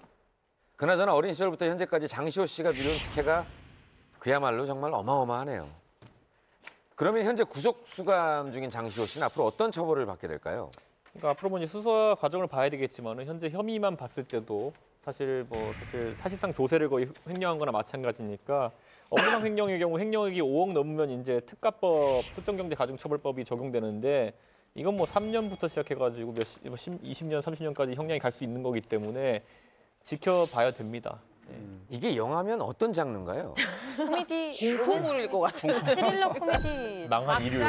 이게 영화면 망했죠. 누가 이런 걸 봐요. 왜 요즘 이런 얘기 많이 하잖아요. 이게 진짜 최순일까? 정말 순실감이 든다. 이런 얘기가 진짜 괜히 나온 얘기가 아닌 것처럼 너무 재밌고, 이게 풍문으로 들었어요. 이거 시청률 대박적인 이게 것 같아요. 남의 나라 얘기야지 재밌지. 우리나라 얘기라고 지금. 아니 근데 이게 또 우리나라 얘기니까 더 흥미진진하지 않나요? 많은 분들이 만약에 정말 그 외국의 이런 정치 이런 로비스트나 뭐 이런 형태로 해가지고 거대하게 음모가 있고 영화 속에서 등장하는 것처럼 암투가 있고 이렇게 해서 만들어진 것들이 아니라, 이 행태들 보면은 전형적으로 강남의 졸부 집안의 행태잖아요. 그 졸부 집안에 의해서 국정이 농단되었다는 것에 대해서 아니, 그러면 국민이 더 화가 나지 않나. 이준석 씨한테 한번 여쭤볼게요. 정치하는 사람 입장에서 그러니까 사실 어떻게 생각하십니까? 그러니까 정치하는 사람 입장에서 허탈감이라는 수준을 넘어가지고 어디까지 우리가 상상력을 가져야 될까에 대해 가지고 이제 약간 회의감이 드는 게 이게 지금까지 어떤 정권에서나 좀 부패한 이런 측근 이런 얘기는 있었지만은 이 사람들은 애초에 측근이라고 생각하지도 않았던 사람이고 이 사람들 수법이라는 거는 소위 말하는 거의 좀도둑대인데 안 낀 곳이 없고 뭐 이러다 보니까 과연 우리 사회의 감시 시스템을 어디까지 확충해야 되느냐.